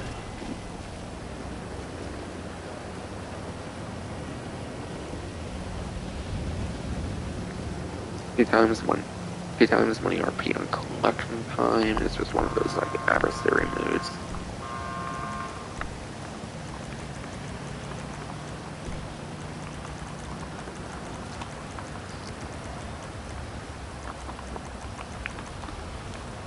But yeah, collection time. That's the one where you like hold all the points for 30 seconds to win. So if you have all points for 30 seconds, you win. Or if you have the highest points total at the end of the round. Doesn't necessarily sound like the funnest concept for a mode. And yeah, adversary modes are not really pointless to make serious money, so I'd probably skip it, to be honest, unless you want to play like a very limited time mode. Because once January comes around, they're most definitely going to be removing collection times and say vault game modes and whatnot as of the last year or so now. like a year and a half now, even.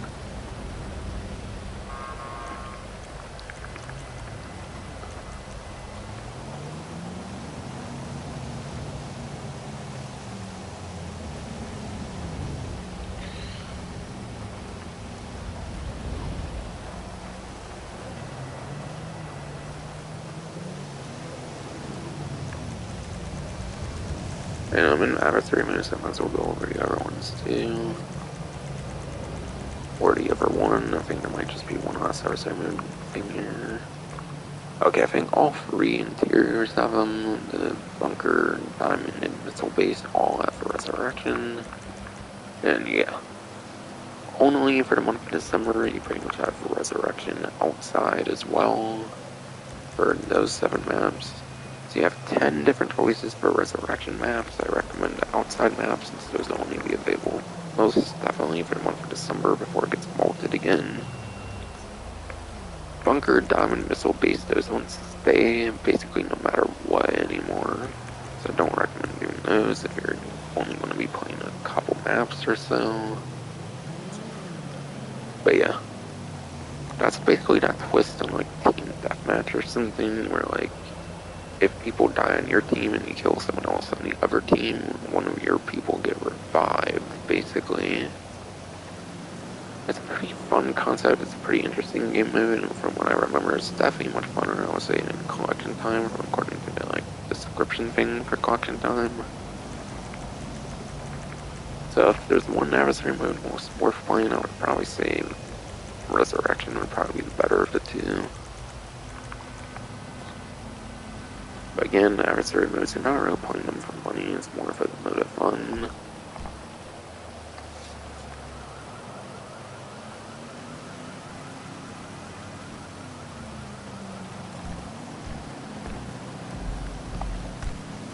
And yeah, over here,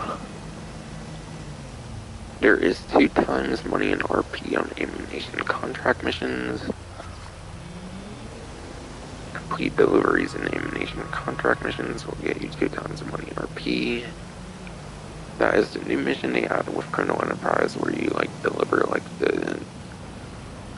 it's the mission where you deliver like the Dune loader.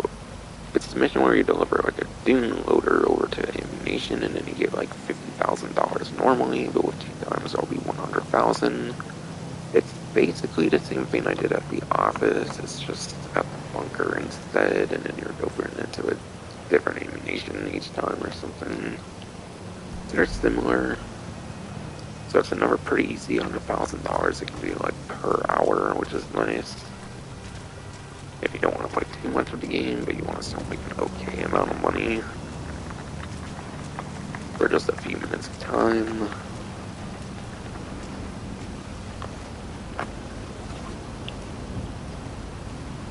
I might do one of those later on.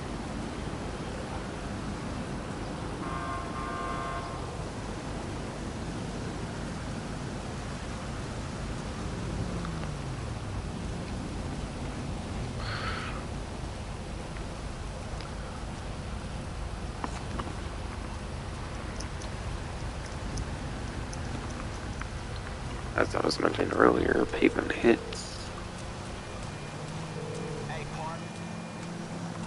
But yeah, pavement hits there 50% more. Those are those missions where you do for Franklin, where you have like a certain task for like a certain way that you have to like kill a certain like NPC and whatnot, and that gets you like a bonus bit of money. But I think this can make you like 100 to like 100. I don't know. I think you make a little over $100,000 at most on those, and you can get them done in a good couple to few minutes. So if you do it correctly, you can definitely make some pretty good money. But yeah, it's not gonna be as simple money as like the different deliveries for like the export mixed goods and like those ammunition like contract things though. That's been the easiest $100,000, at least for it's been like 50,000 that you can make is the easiest money you can make. It's not gonna be as easy as that. But if you can kill the target in the correct way each time, you can definitely make some pretty decent money for only like a few minutes of your time, most likely. Kind of depends on the missions, some are just designed to be longer. So 5 to 10 minutes for some pretty alright free mode money making, that's definitely pretty nice. If you don't want to like hop over to another lobby or bother with a business thingy or something, it's definitely a nice change of money making.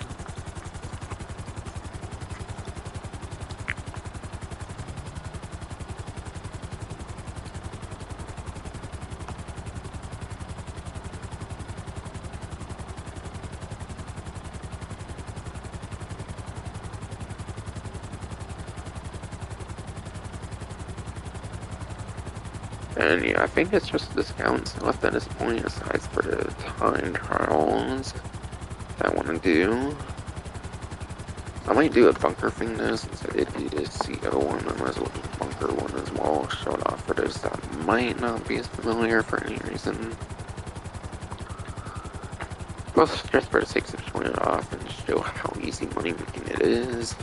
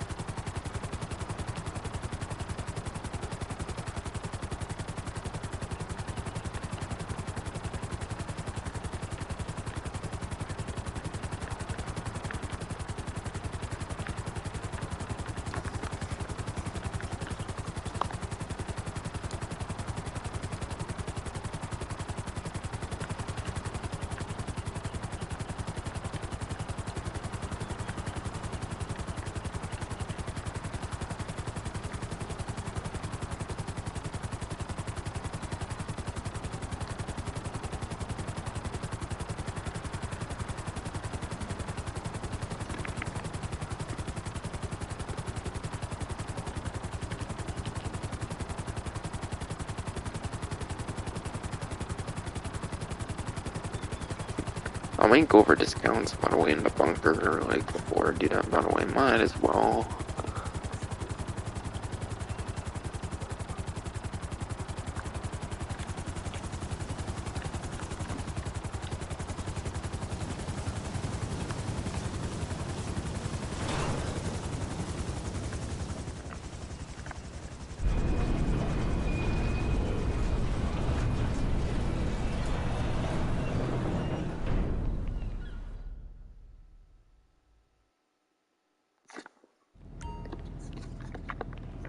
But yeah, currently have a full bunker here and almost full supplies, which is nice.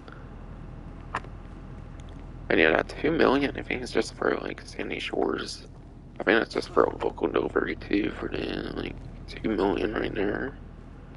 But yeah, again, I haven't redeemed like the 2 times sale on the bunker yet either from the email, so yeah, that might be why it's as high as 2 million right now. So if you have a full bunker, you can make some pretty crazy money, but yeah, again, keep in mind, if you want to sell for another mission, you probably just want to be buying one thing of supplies. I'm only doing like high amounts right now because of those like email things. I only got bunker and nightclub to still do, so, cause yeah, I'm pretty sure Hangar doesn't have one, even then it's going to be getting like triple permanently as of next update, so.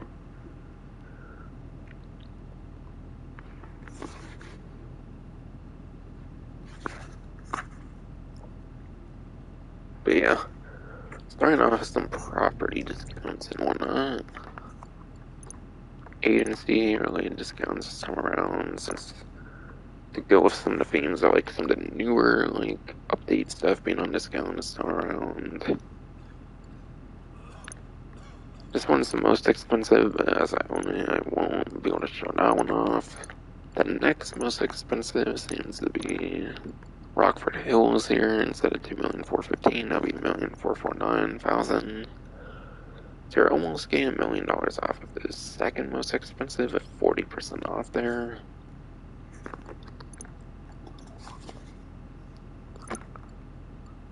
Okay, it looks like your cosmetics will be full price. Some of the better modifications though didn't have discounts to them for the ones that matter more though. So your armory will be at 40% off as well.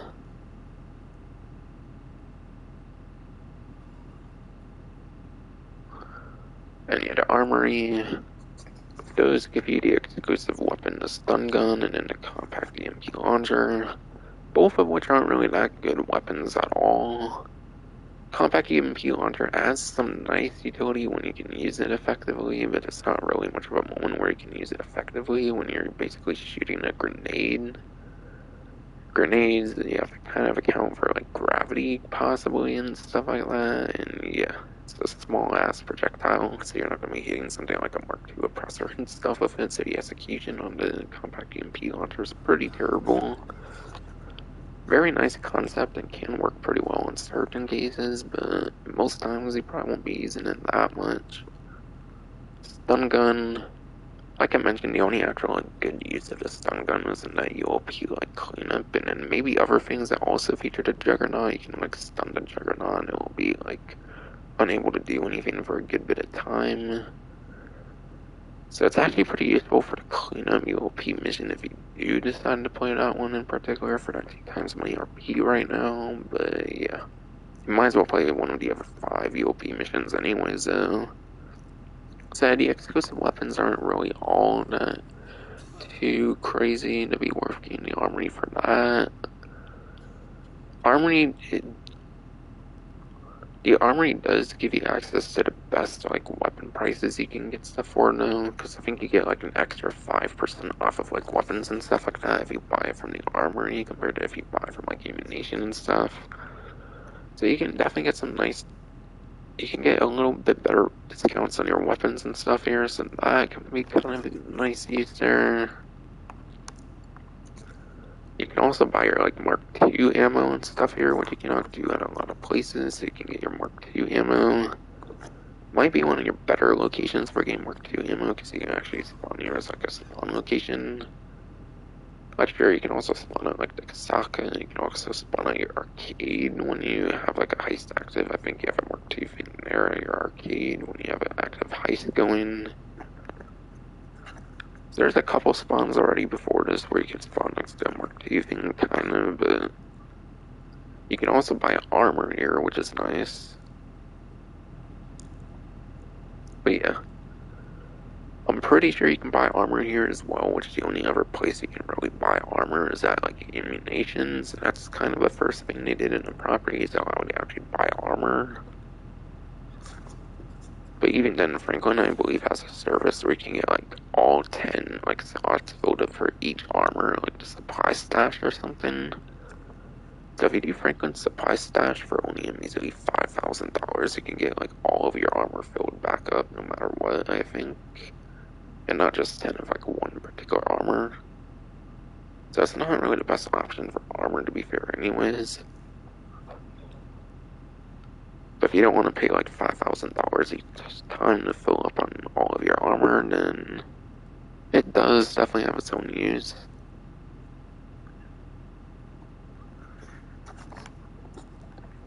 Though to be fair, that probably wouldn't be like that much more than buying like 10 like super heavy armor, or like 11 I guess if you count the one that's applied to your actual character. So yeah, you might as well use Franklin's service for that to be fair as well. But it's the most convenient spawn location for like a Mark II workstation because you have access to armor, Mark II weapons, and then you get the best prices you can get on weapons here as well. So that all alone makes it worth getting the armory, definitely.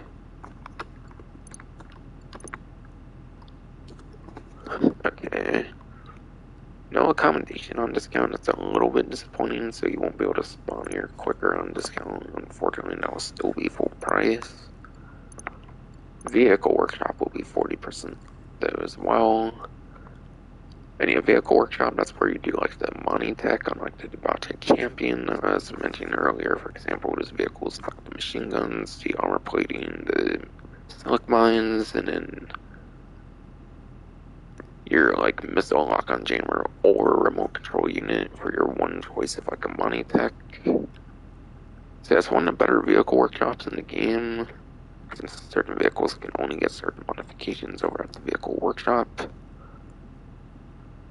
So definitely pretty good one here, definitely much better off than the armory. So if you were to choose just one of them, then definitely vehicle workshop.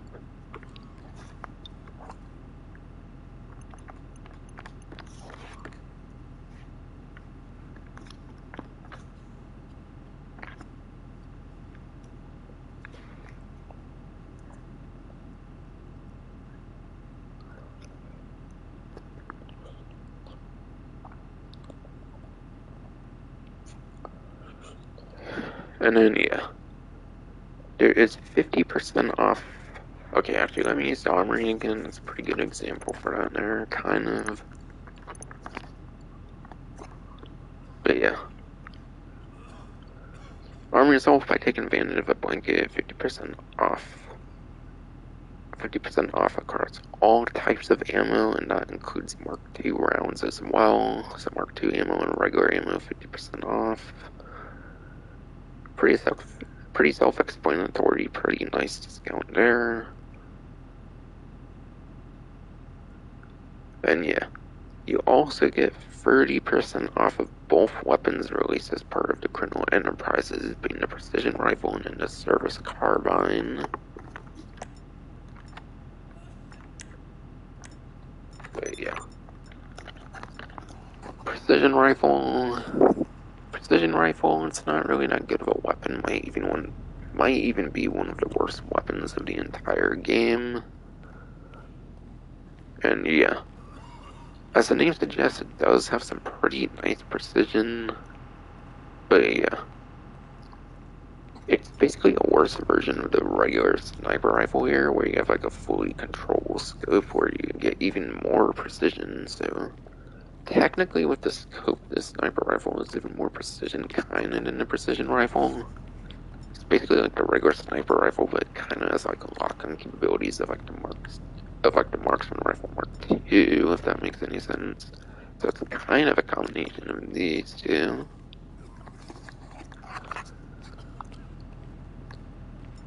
But yeah, absolutely sucks for body shots. I think you have to do like a good couple to few shots, even for like a regular NPC when it comes to a precision rifle. But yeah, a regular NPC, like a police officer, I think can even take like can even take like a couple of rounds from the precision rifle without dying even, which is pretty insane. So it's not that good of a weapon at all unless you get headshots with it. So yeah, the name suggests that you basically need headshots with it. Like yeah, that's the case of any weapon, but yeah, it's a sniper rifle. It's not the fastest like firing like weapon of the game at all.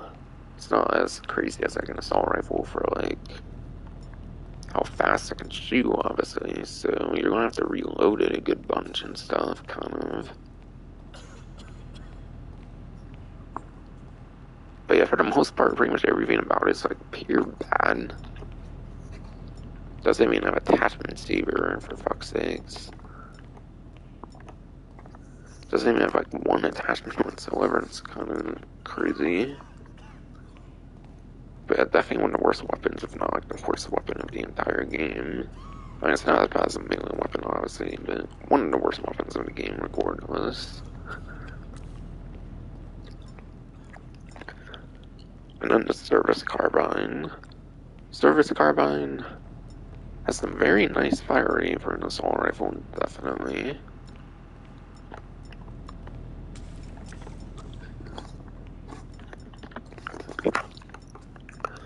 But yeah, the good fire rate alone, I feel, makes it definitely very worth the use here.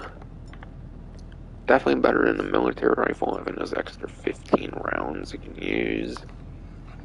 Having the 60 bullets in a magazine compared to the 45, definitely better military rifle. Compared to the previous weapon, it might be slightly less damage, but I feel the fire rate definitely makes up for it compared to the heavy rifle. So service carbine, nothing really wrong with that one. That one's a very good one. Precision rifle on the other hand is garbage though. But you'll get those for 30% off.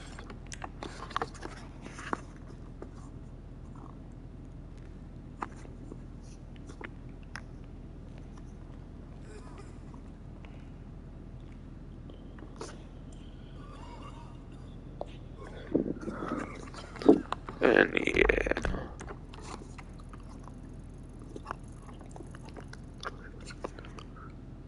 I'm not gonna go to the office to show this one off on like the computer, but yeah. There is 40% off of the vehicle workshop. Oh. Okay, not vehicle warehouse. Okay. I thought that was a vehicle warehouse for some reason, but that's just a vehicle workshop of the agency. Okay. So it's agency, there's 2 upgrades to that agency, and then ammo asides for the 2 like DLC weapons I just covered recently here, which I recovered. Anyways, asides for that is just vehicle stuff.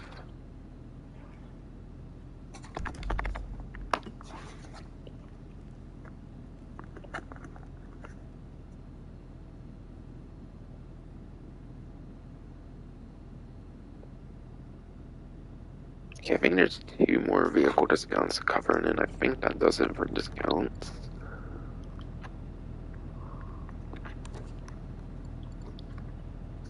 I think that'll be the Reinhardt and then the Canada. See, I did Champion, Astron, Ignis, I think Camilla, Draugr, Kappa D10, Cressida, and you have a Gara ZX, was that Luxury Autos already? So yeah, at least a Reinhardt and the Canada then.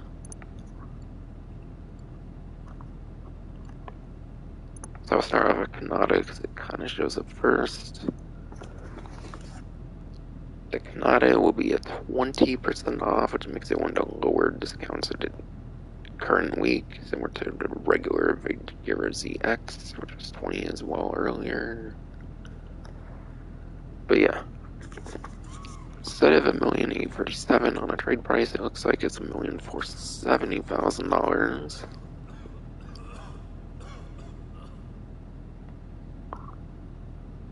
So that's like 300. I think it's a little over $360,000 savings on the trade price here. What you get the trade price, but do not like final like ULP like cleanup mission.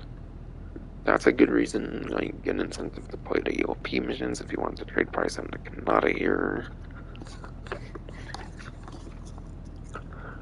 But yeah, the Canada, that was the new helicopter that was released as part of Criminal Enterprises.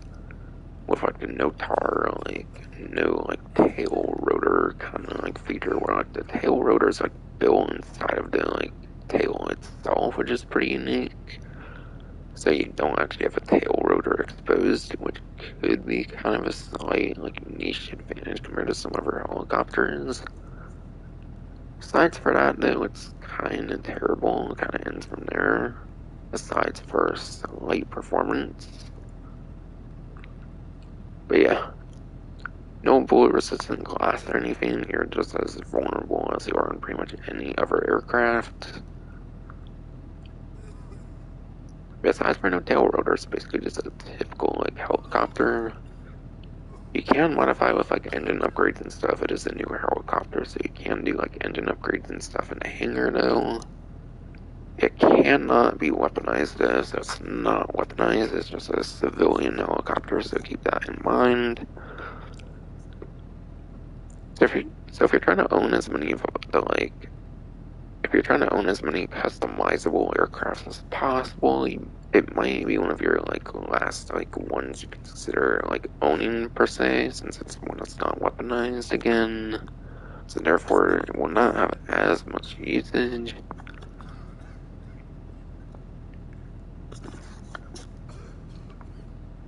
And then yeah, I think the only other thing I really need to mention about it is performance. It's the only other like good thing about the helicopter, besides for like the no tail rotor, like no exposed tail rotor because it's built in because of the no tar system, whatever.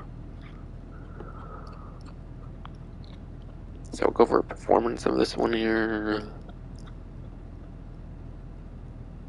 And yeah, the Kanata, that is your new #1 lap time helicopter, so it's your best, it's kind of going to be your best helicopter for like a helicopter race, for like lots of turns and stuff.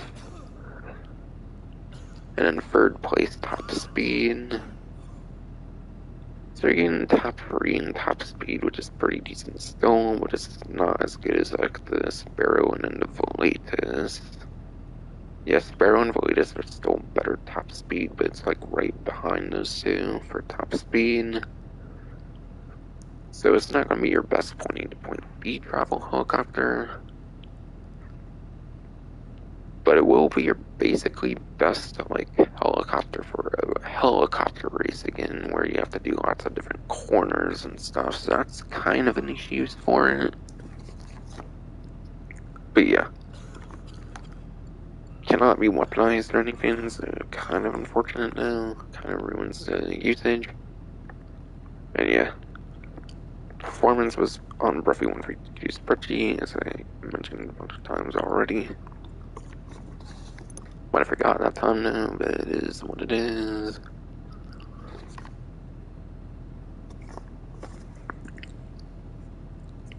And yeah, last but not least should be the Ubermacht Reinhardt here, which is Dan. And yeah, 5 Mille was basically the best sedan for lap times. That's not going to be as good. Definitely will not be as good as the 5 Mille, I imagine, since 5 Mille is already basically #1 lap time, as I went over earlier. But yeah, instead of 1,598,000, it's 1,118,600. It's like $480,000 in savings, I think there's a pretty okay savings, I guess, if it's 30% off.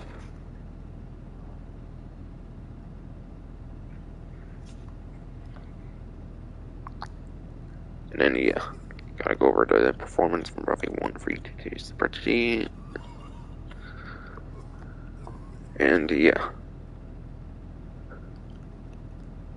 in terms of lap time, it is second place at lap time, so it is actually right behind the 5 Mille, which was covered earlier. The 5 Mille, which is #1 lap time performance for sedan, is also on discount. But you also have the #2 lap time on discount here with the Reinhardt as well. And then you also get #2 for top speed as well. So you are getting one placement worse lap time, but you are also getting one placement better for top speed. Not a very good like exchange, I would say. Definitely better off going with the 5 Mille, most definitely, I would say, in general circumstances. But it could give it some slight niche use over the 5 Mille, but yeah, definitely not as like worthwhile. Yeah, this one's not all that much more expensive either, so I don't really see much of a reason to go for the Reinhardt compared to 5 Mille then.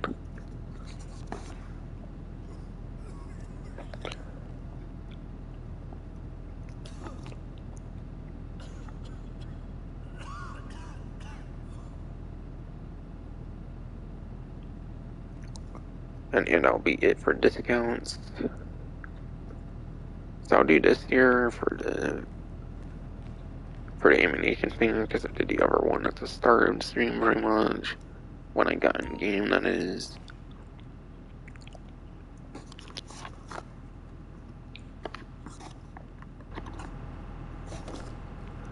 And then I'll do the time trials and then the stream.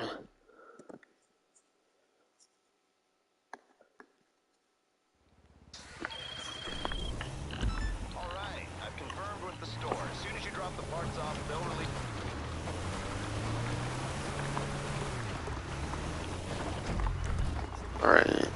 I got a pretty good one actually. That's actually one of the closest ones. That's pretty decent. And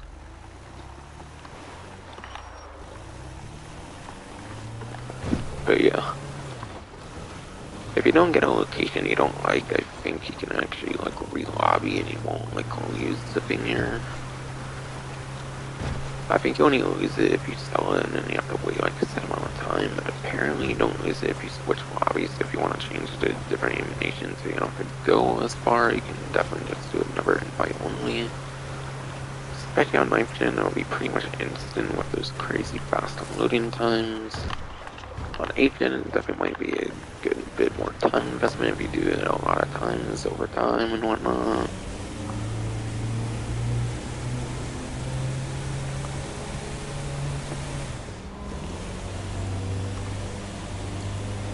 But yeah, I think this one's definitely a good bit slower than the flatbed kind of.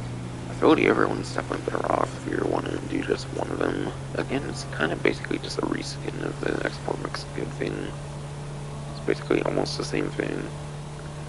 This one might mainly be more peaceful though. This one you might just simply be driving and you might not necessarily have any enemies or anything on this one like you do with export mix goods. So at least you might not have what version of like the water level where you have to like lose it and you can't use like Luster to like call off the cops and stuff. I guess there might not be one like that on the Dune Loader one here. But in return you're not going to be going as fast, probably is the main difference.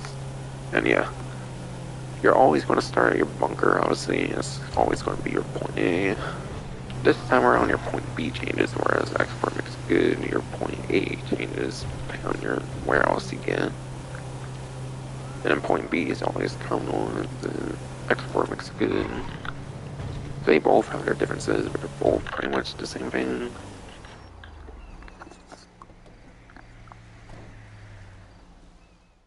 Oh, what, I forgot to despawn the sparrow rib yet, I didn't rip.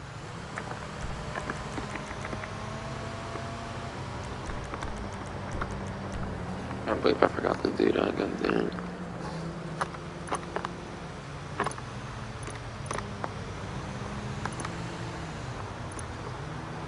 And again, like the other one, you basically get it like per hour, like per 48 minutes to be exact or whatever. And so pretty much every 50 minutes to an hour, you pretty much do it again.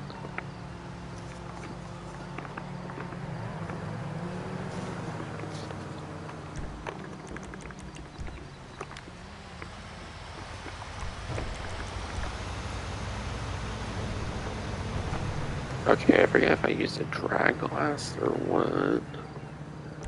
Let's try it, just in case. Okay, yeah, that's my drag, it's good. For a regular time trial. So I don't know if I'm gonna wait for the Sparrow at least right now.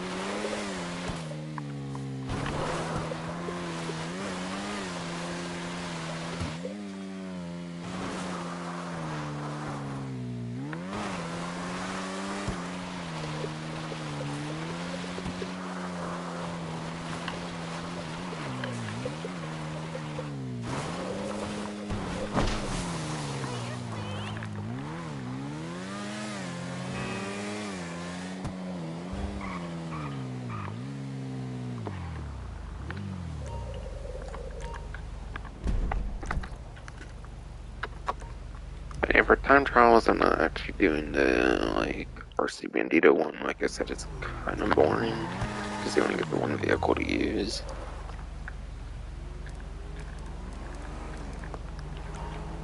So I'm just doing regular and HSW as I usually do.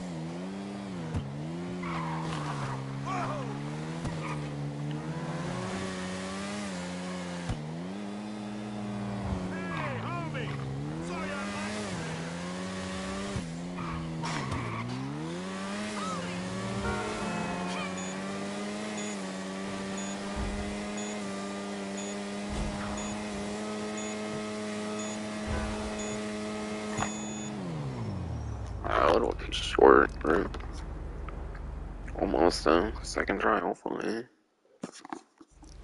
I'd be used to it again, though.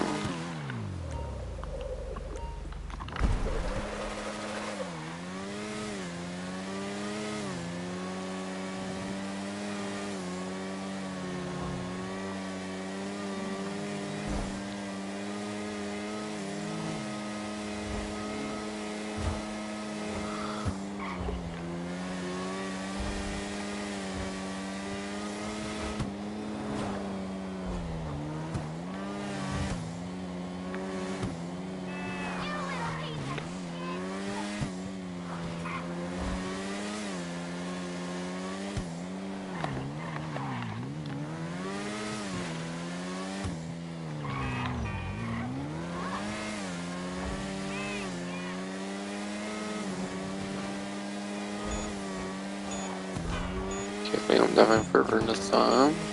Then I got it. Second try. 4 on the first try, but still pretty decent.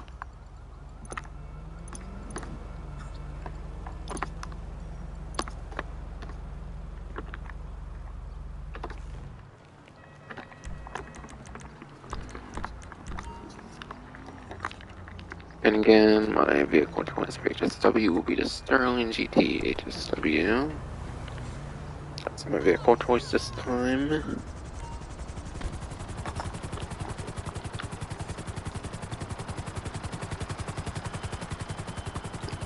So that's what I'm currently doing all the HSW time trials for. Being the one of like two newest DLC HSW vehicles I've not completed all the HSW time trials for on yet. Because I already did Vigera ZX HSW entirely.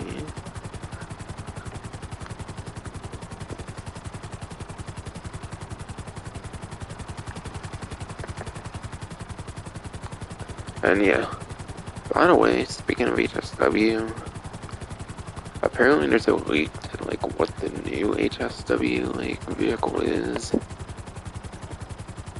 And apparently it sounds like it's gonna be some sort of new entity supercar for one of the upcoming HSW vehicles. At least one HSW vehicle. Hopefully they do at least two, like they do with Colonel Enterprise at least. It sounds like there will be a new HSW supercar bird from Elite, the Vigero ZX, like it was on the PlayStation. I don't think people actually got to necessarily see the new entity. I could be wrong, but apparently, the entity was Elite. It's apparently to be a new upcoming HSW vehicle. And it's a new entity model because it was called NT3 and not a previous one or something. What you need, boss? From my understanding. I'll get there as soon as I can. Yeah, Sterling GT, that's the one I'm using here. Because that's the one I want to use that I have yet to use currently.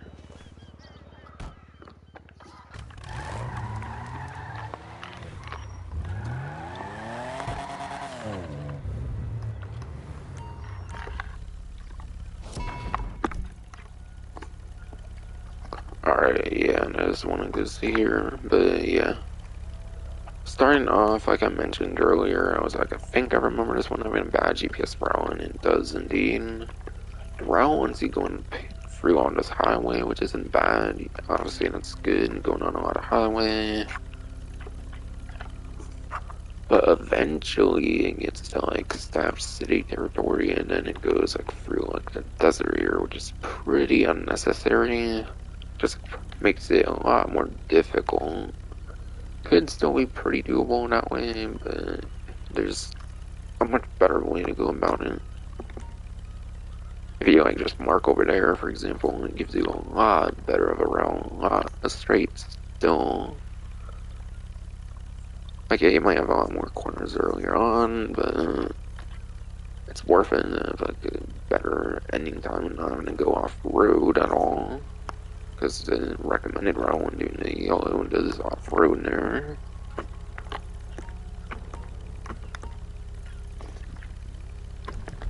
So yeah, I do not recommend the GPS route for that one on the yellow marker. I recommend making your own, marking it a little more to the left or something.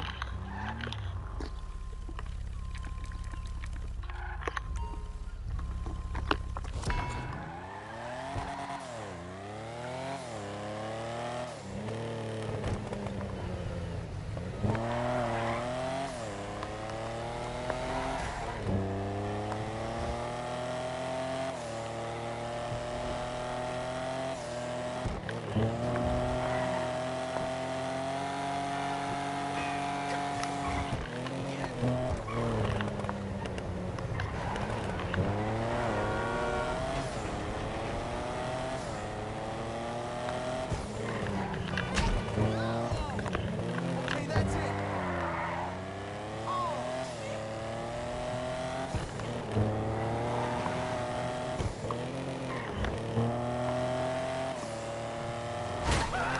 What the fuck? Really, bro? What? Fucking AI purposely in my fucking way? Fuck that.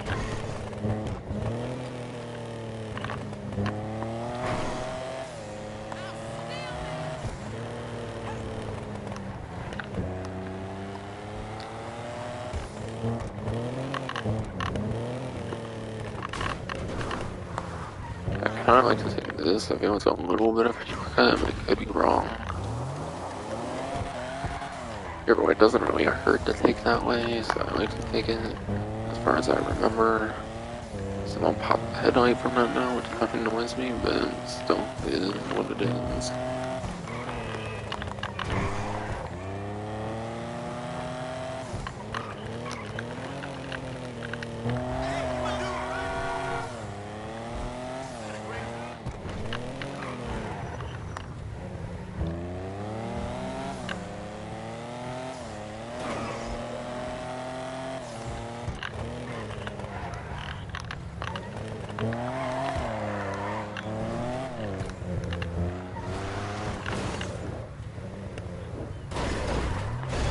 Ah, fuck. I mean, even better just to not do that jump there, but probably still easily do so at this point still.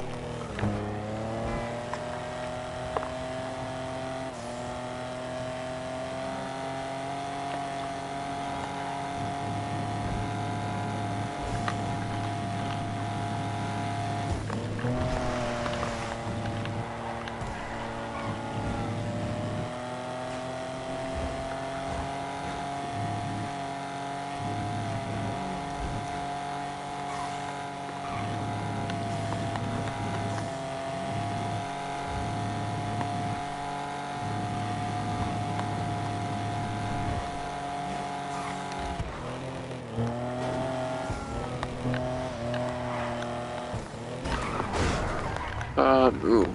Like,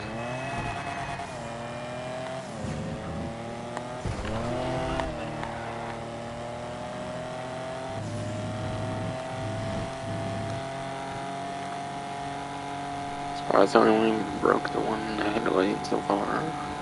That quite surprises me there, to be honest. Oh, shit.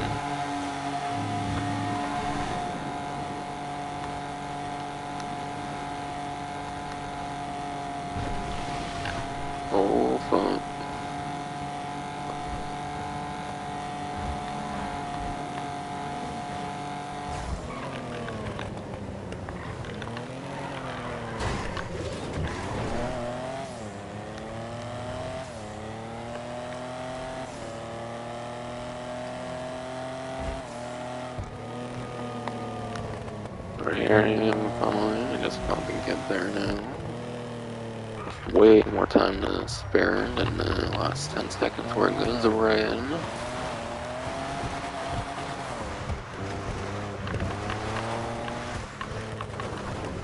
Easy. Doing it from that highway instead of the crazy off-road route it recommends definitely makes it so much easier.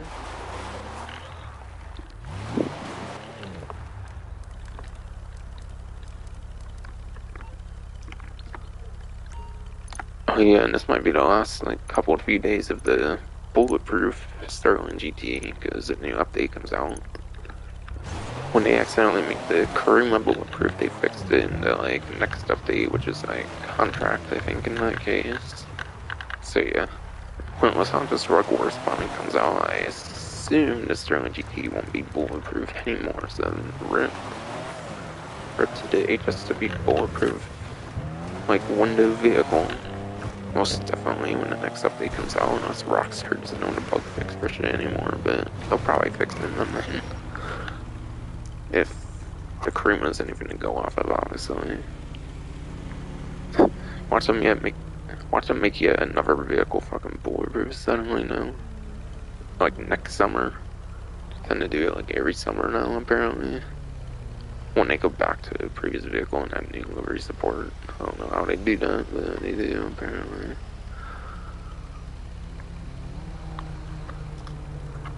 But yeah. That is pretty much probably gonna be it for the stream. In terms of Red Dead, I'm not planning to do that stream at least till December 15th, because that's when Mary Called Arms comes out. But I think I want Mary Called Arms to come out, and I want there to be Snowfall as well, so I probably won't be doing the Red Dead stream for a while still. At least for another few days at least. So my next stream will probably be when the DLC releases, when it comes to Los Santos Drug Wars, so I'll do my day one stream until we do for it, I guess, then. Trying to go for somewhat over $50 million. I might have had 50 million last time around. I forget if I went to 55 million even, but anything over 50 million I'll probably call it pretty good. At least for day one.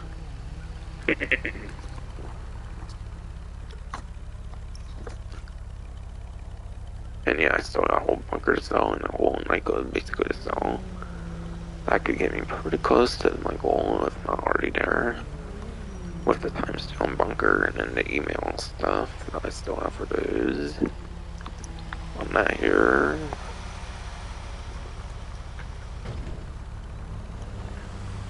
So I'm definitely gonna make some pretty good money the last couple of days. And yeah, if I really want to, I have 5 full warehouses even as well. I grind the hell out of it. I have a bunch of vehicle cargo. Yeah, I'm pretty stacked right now in business stuff.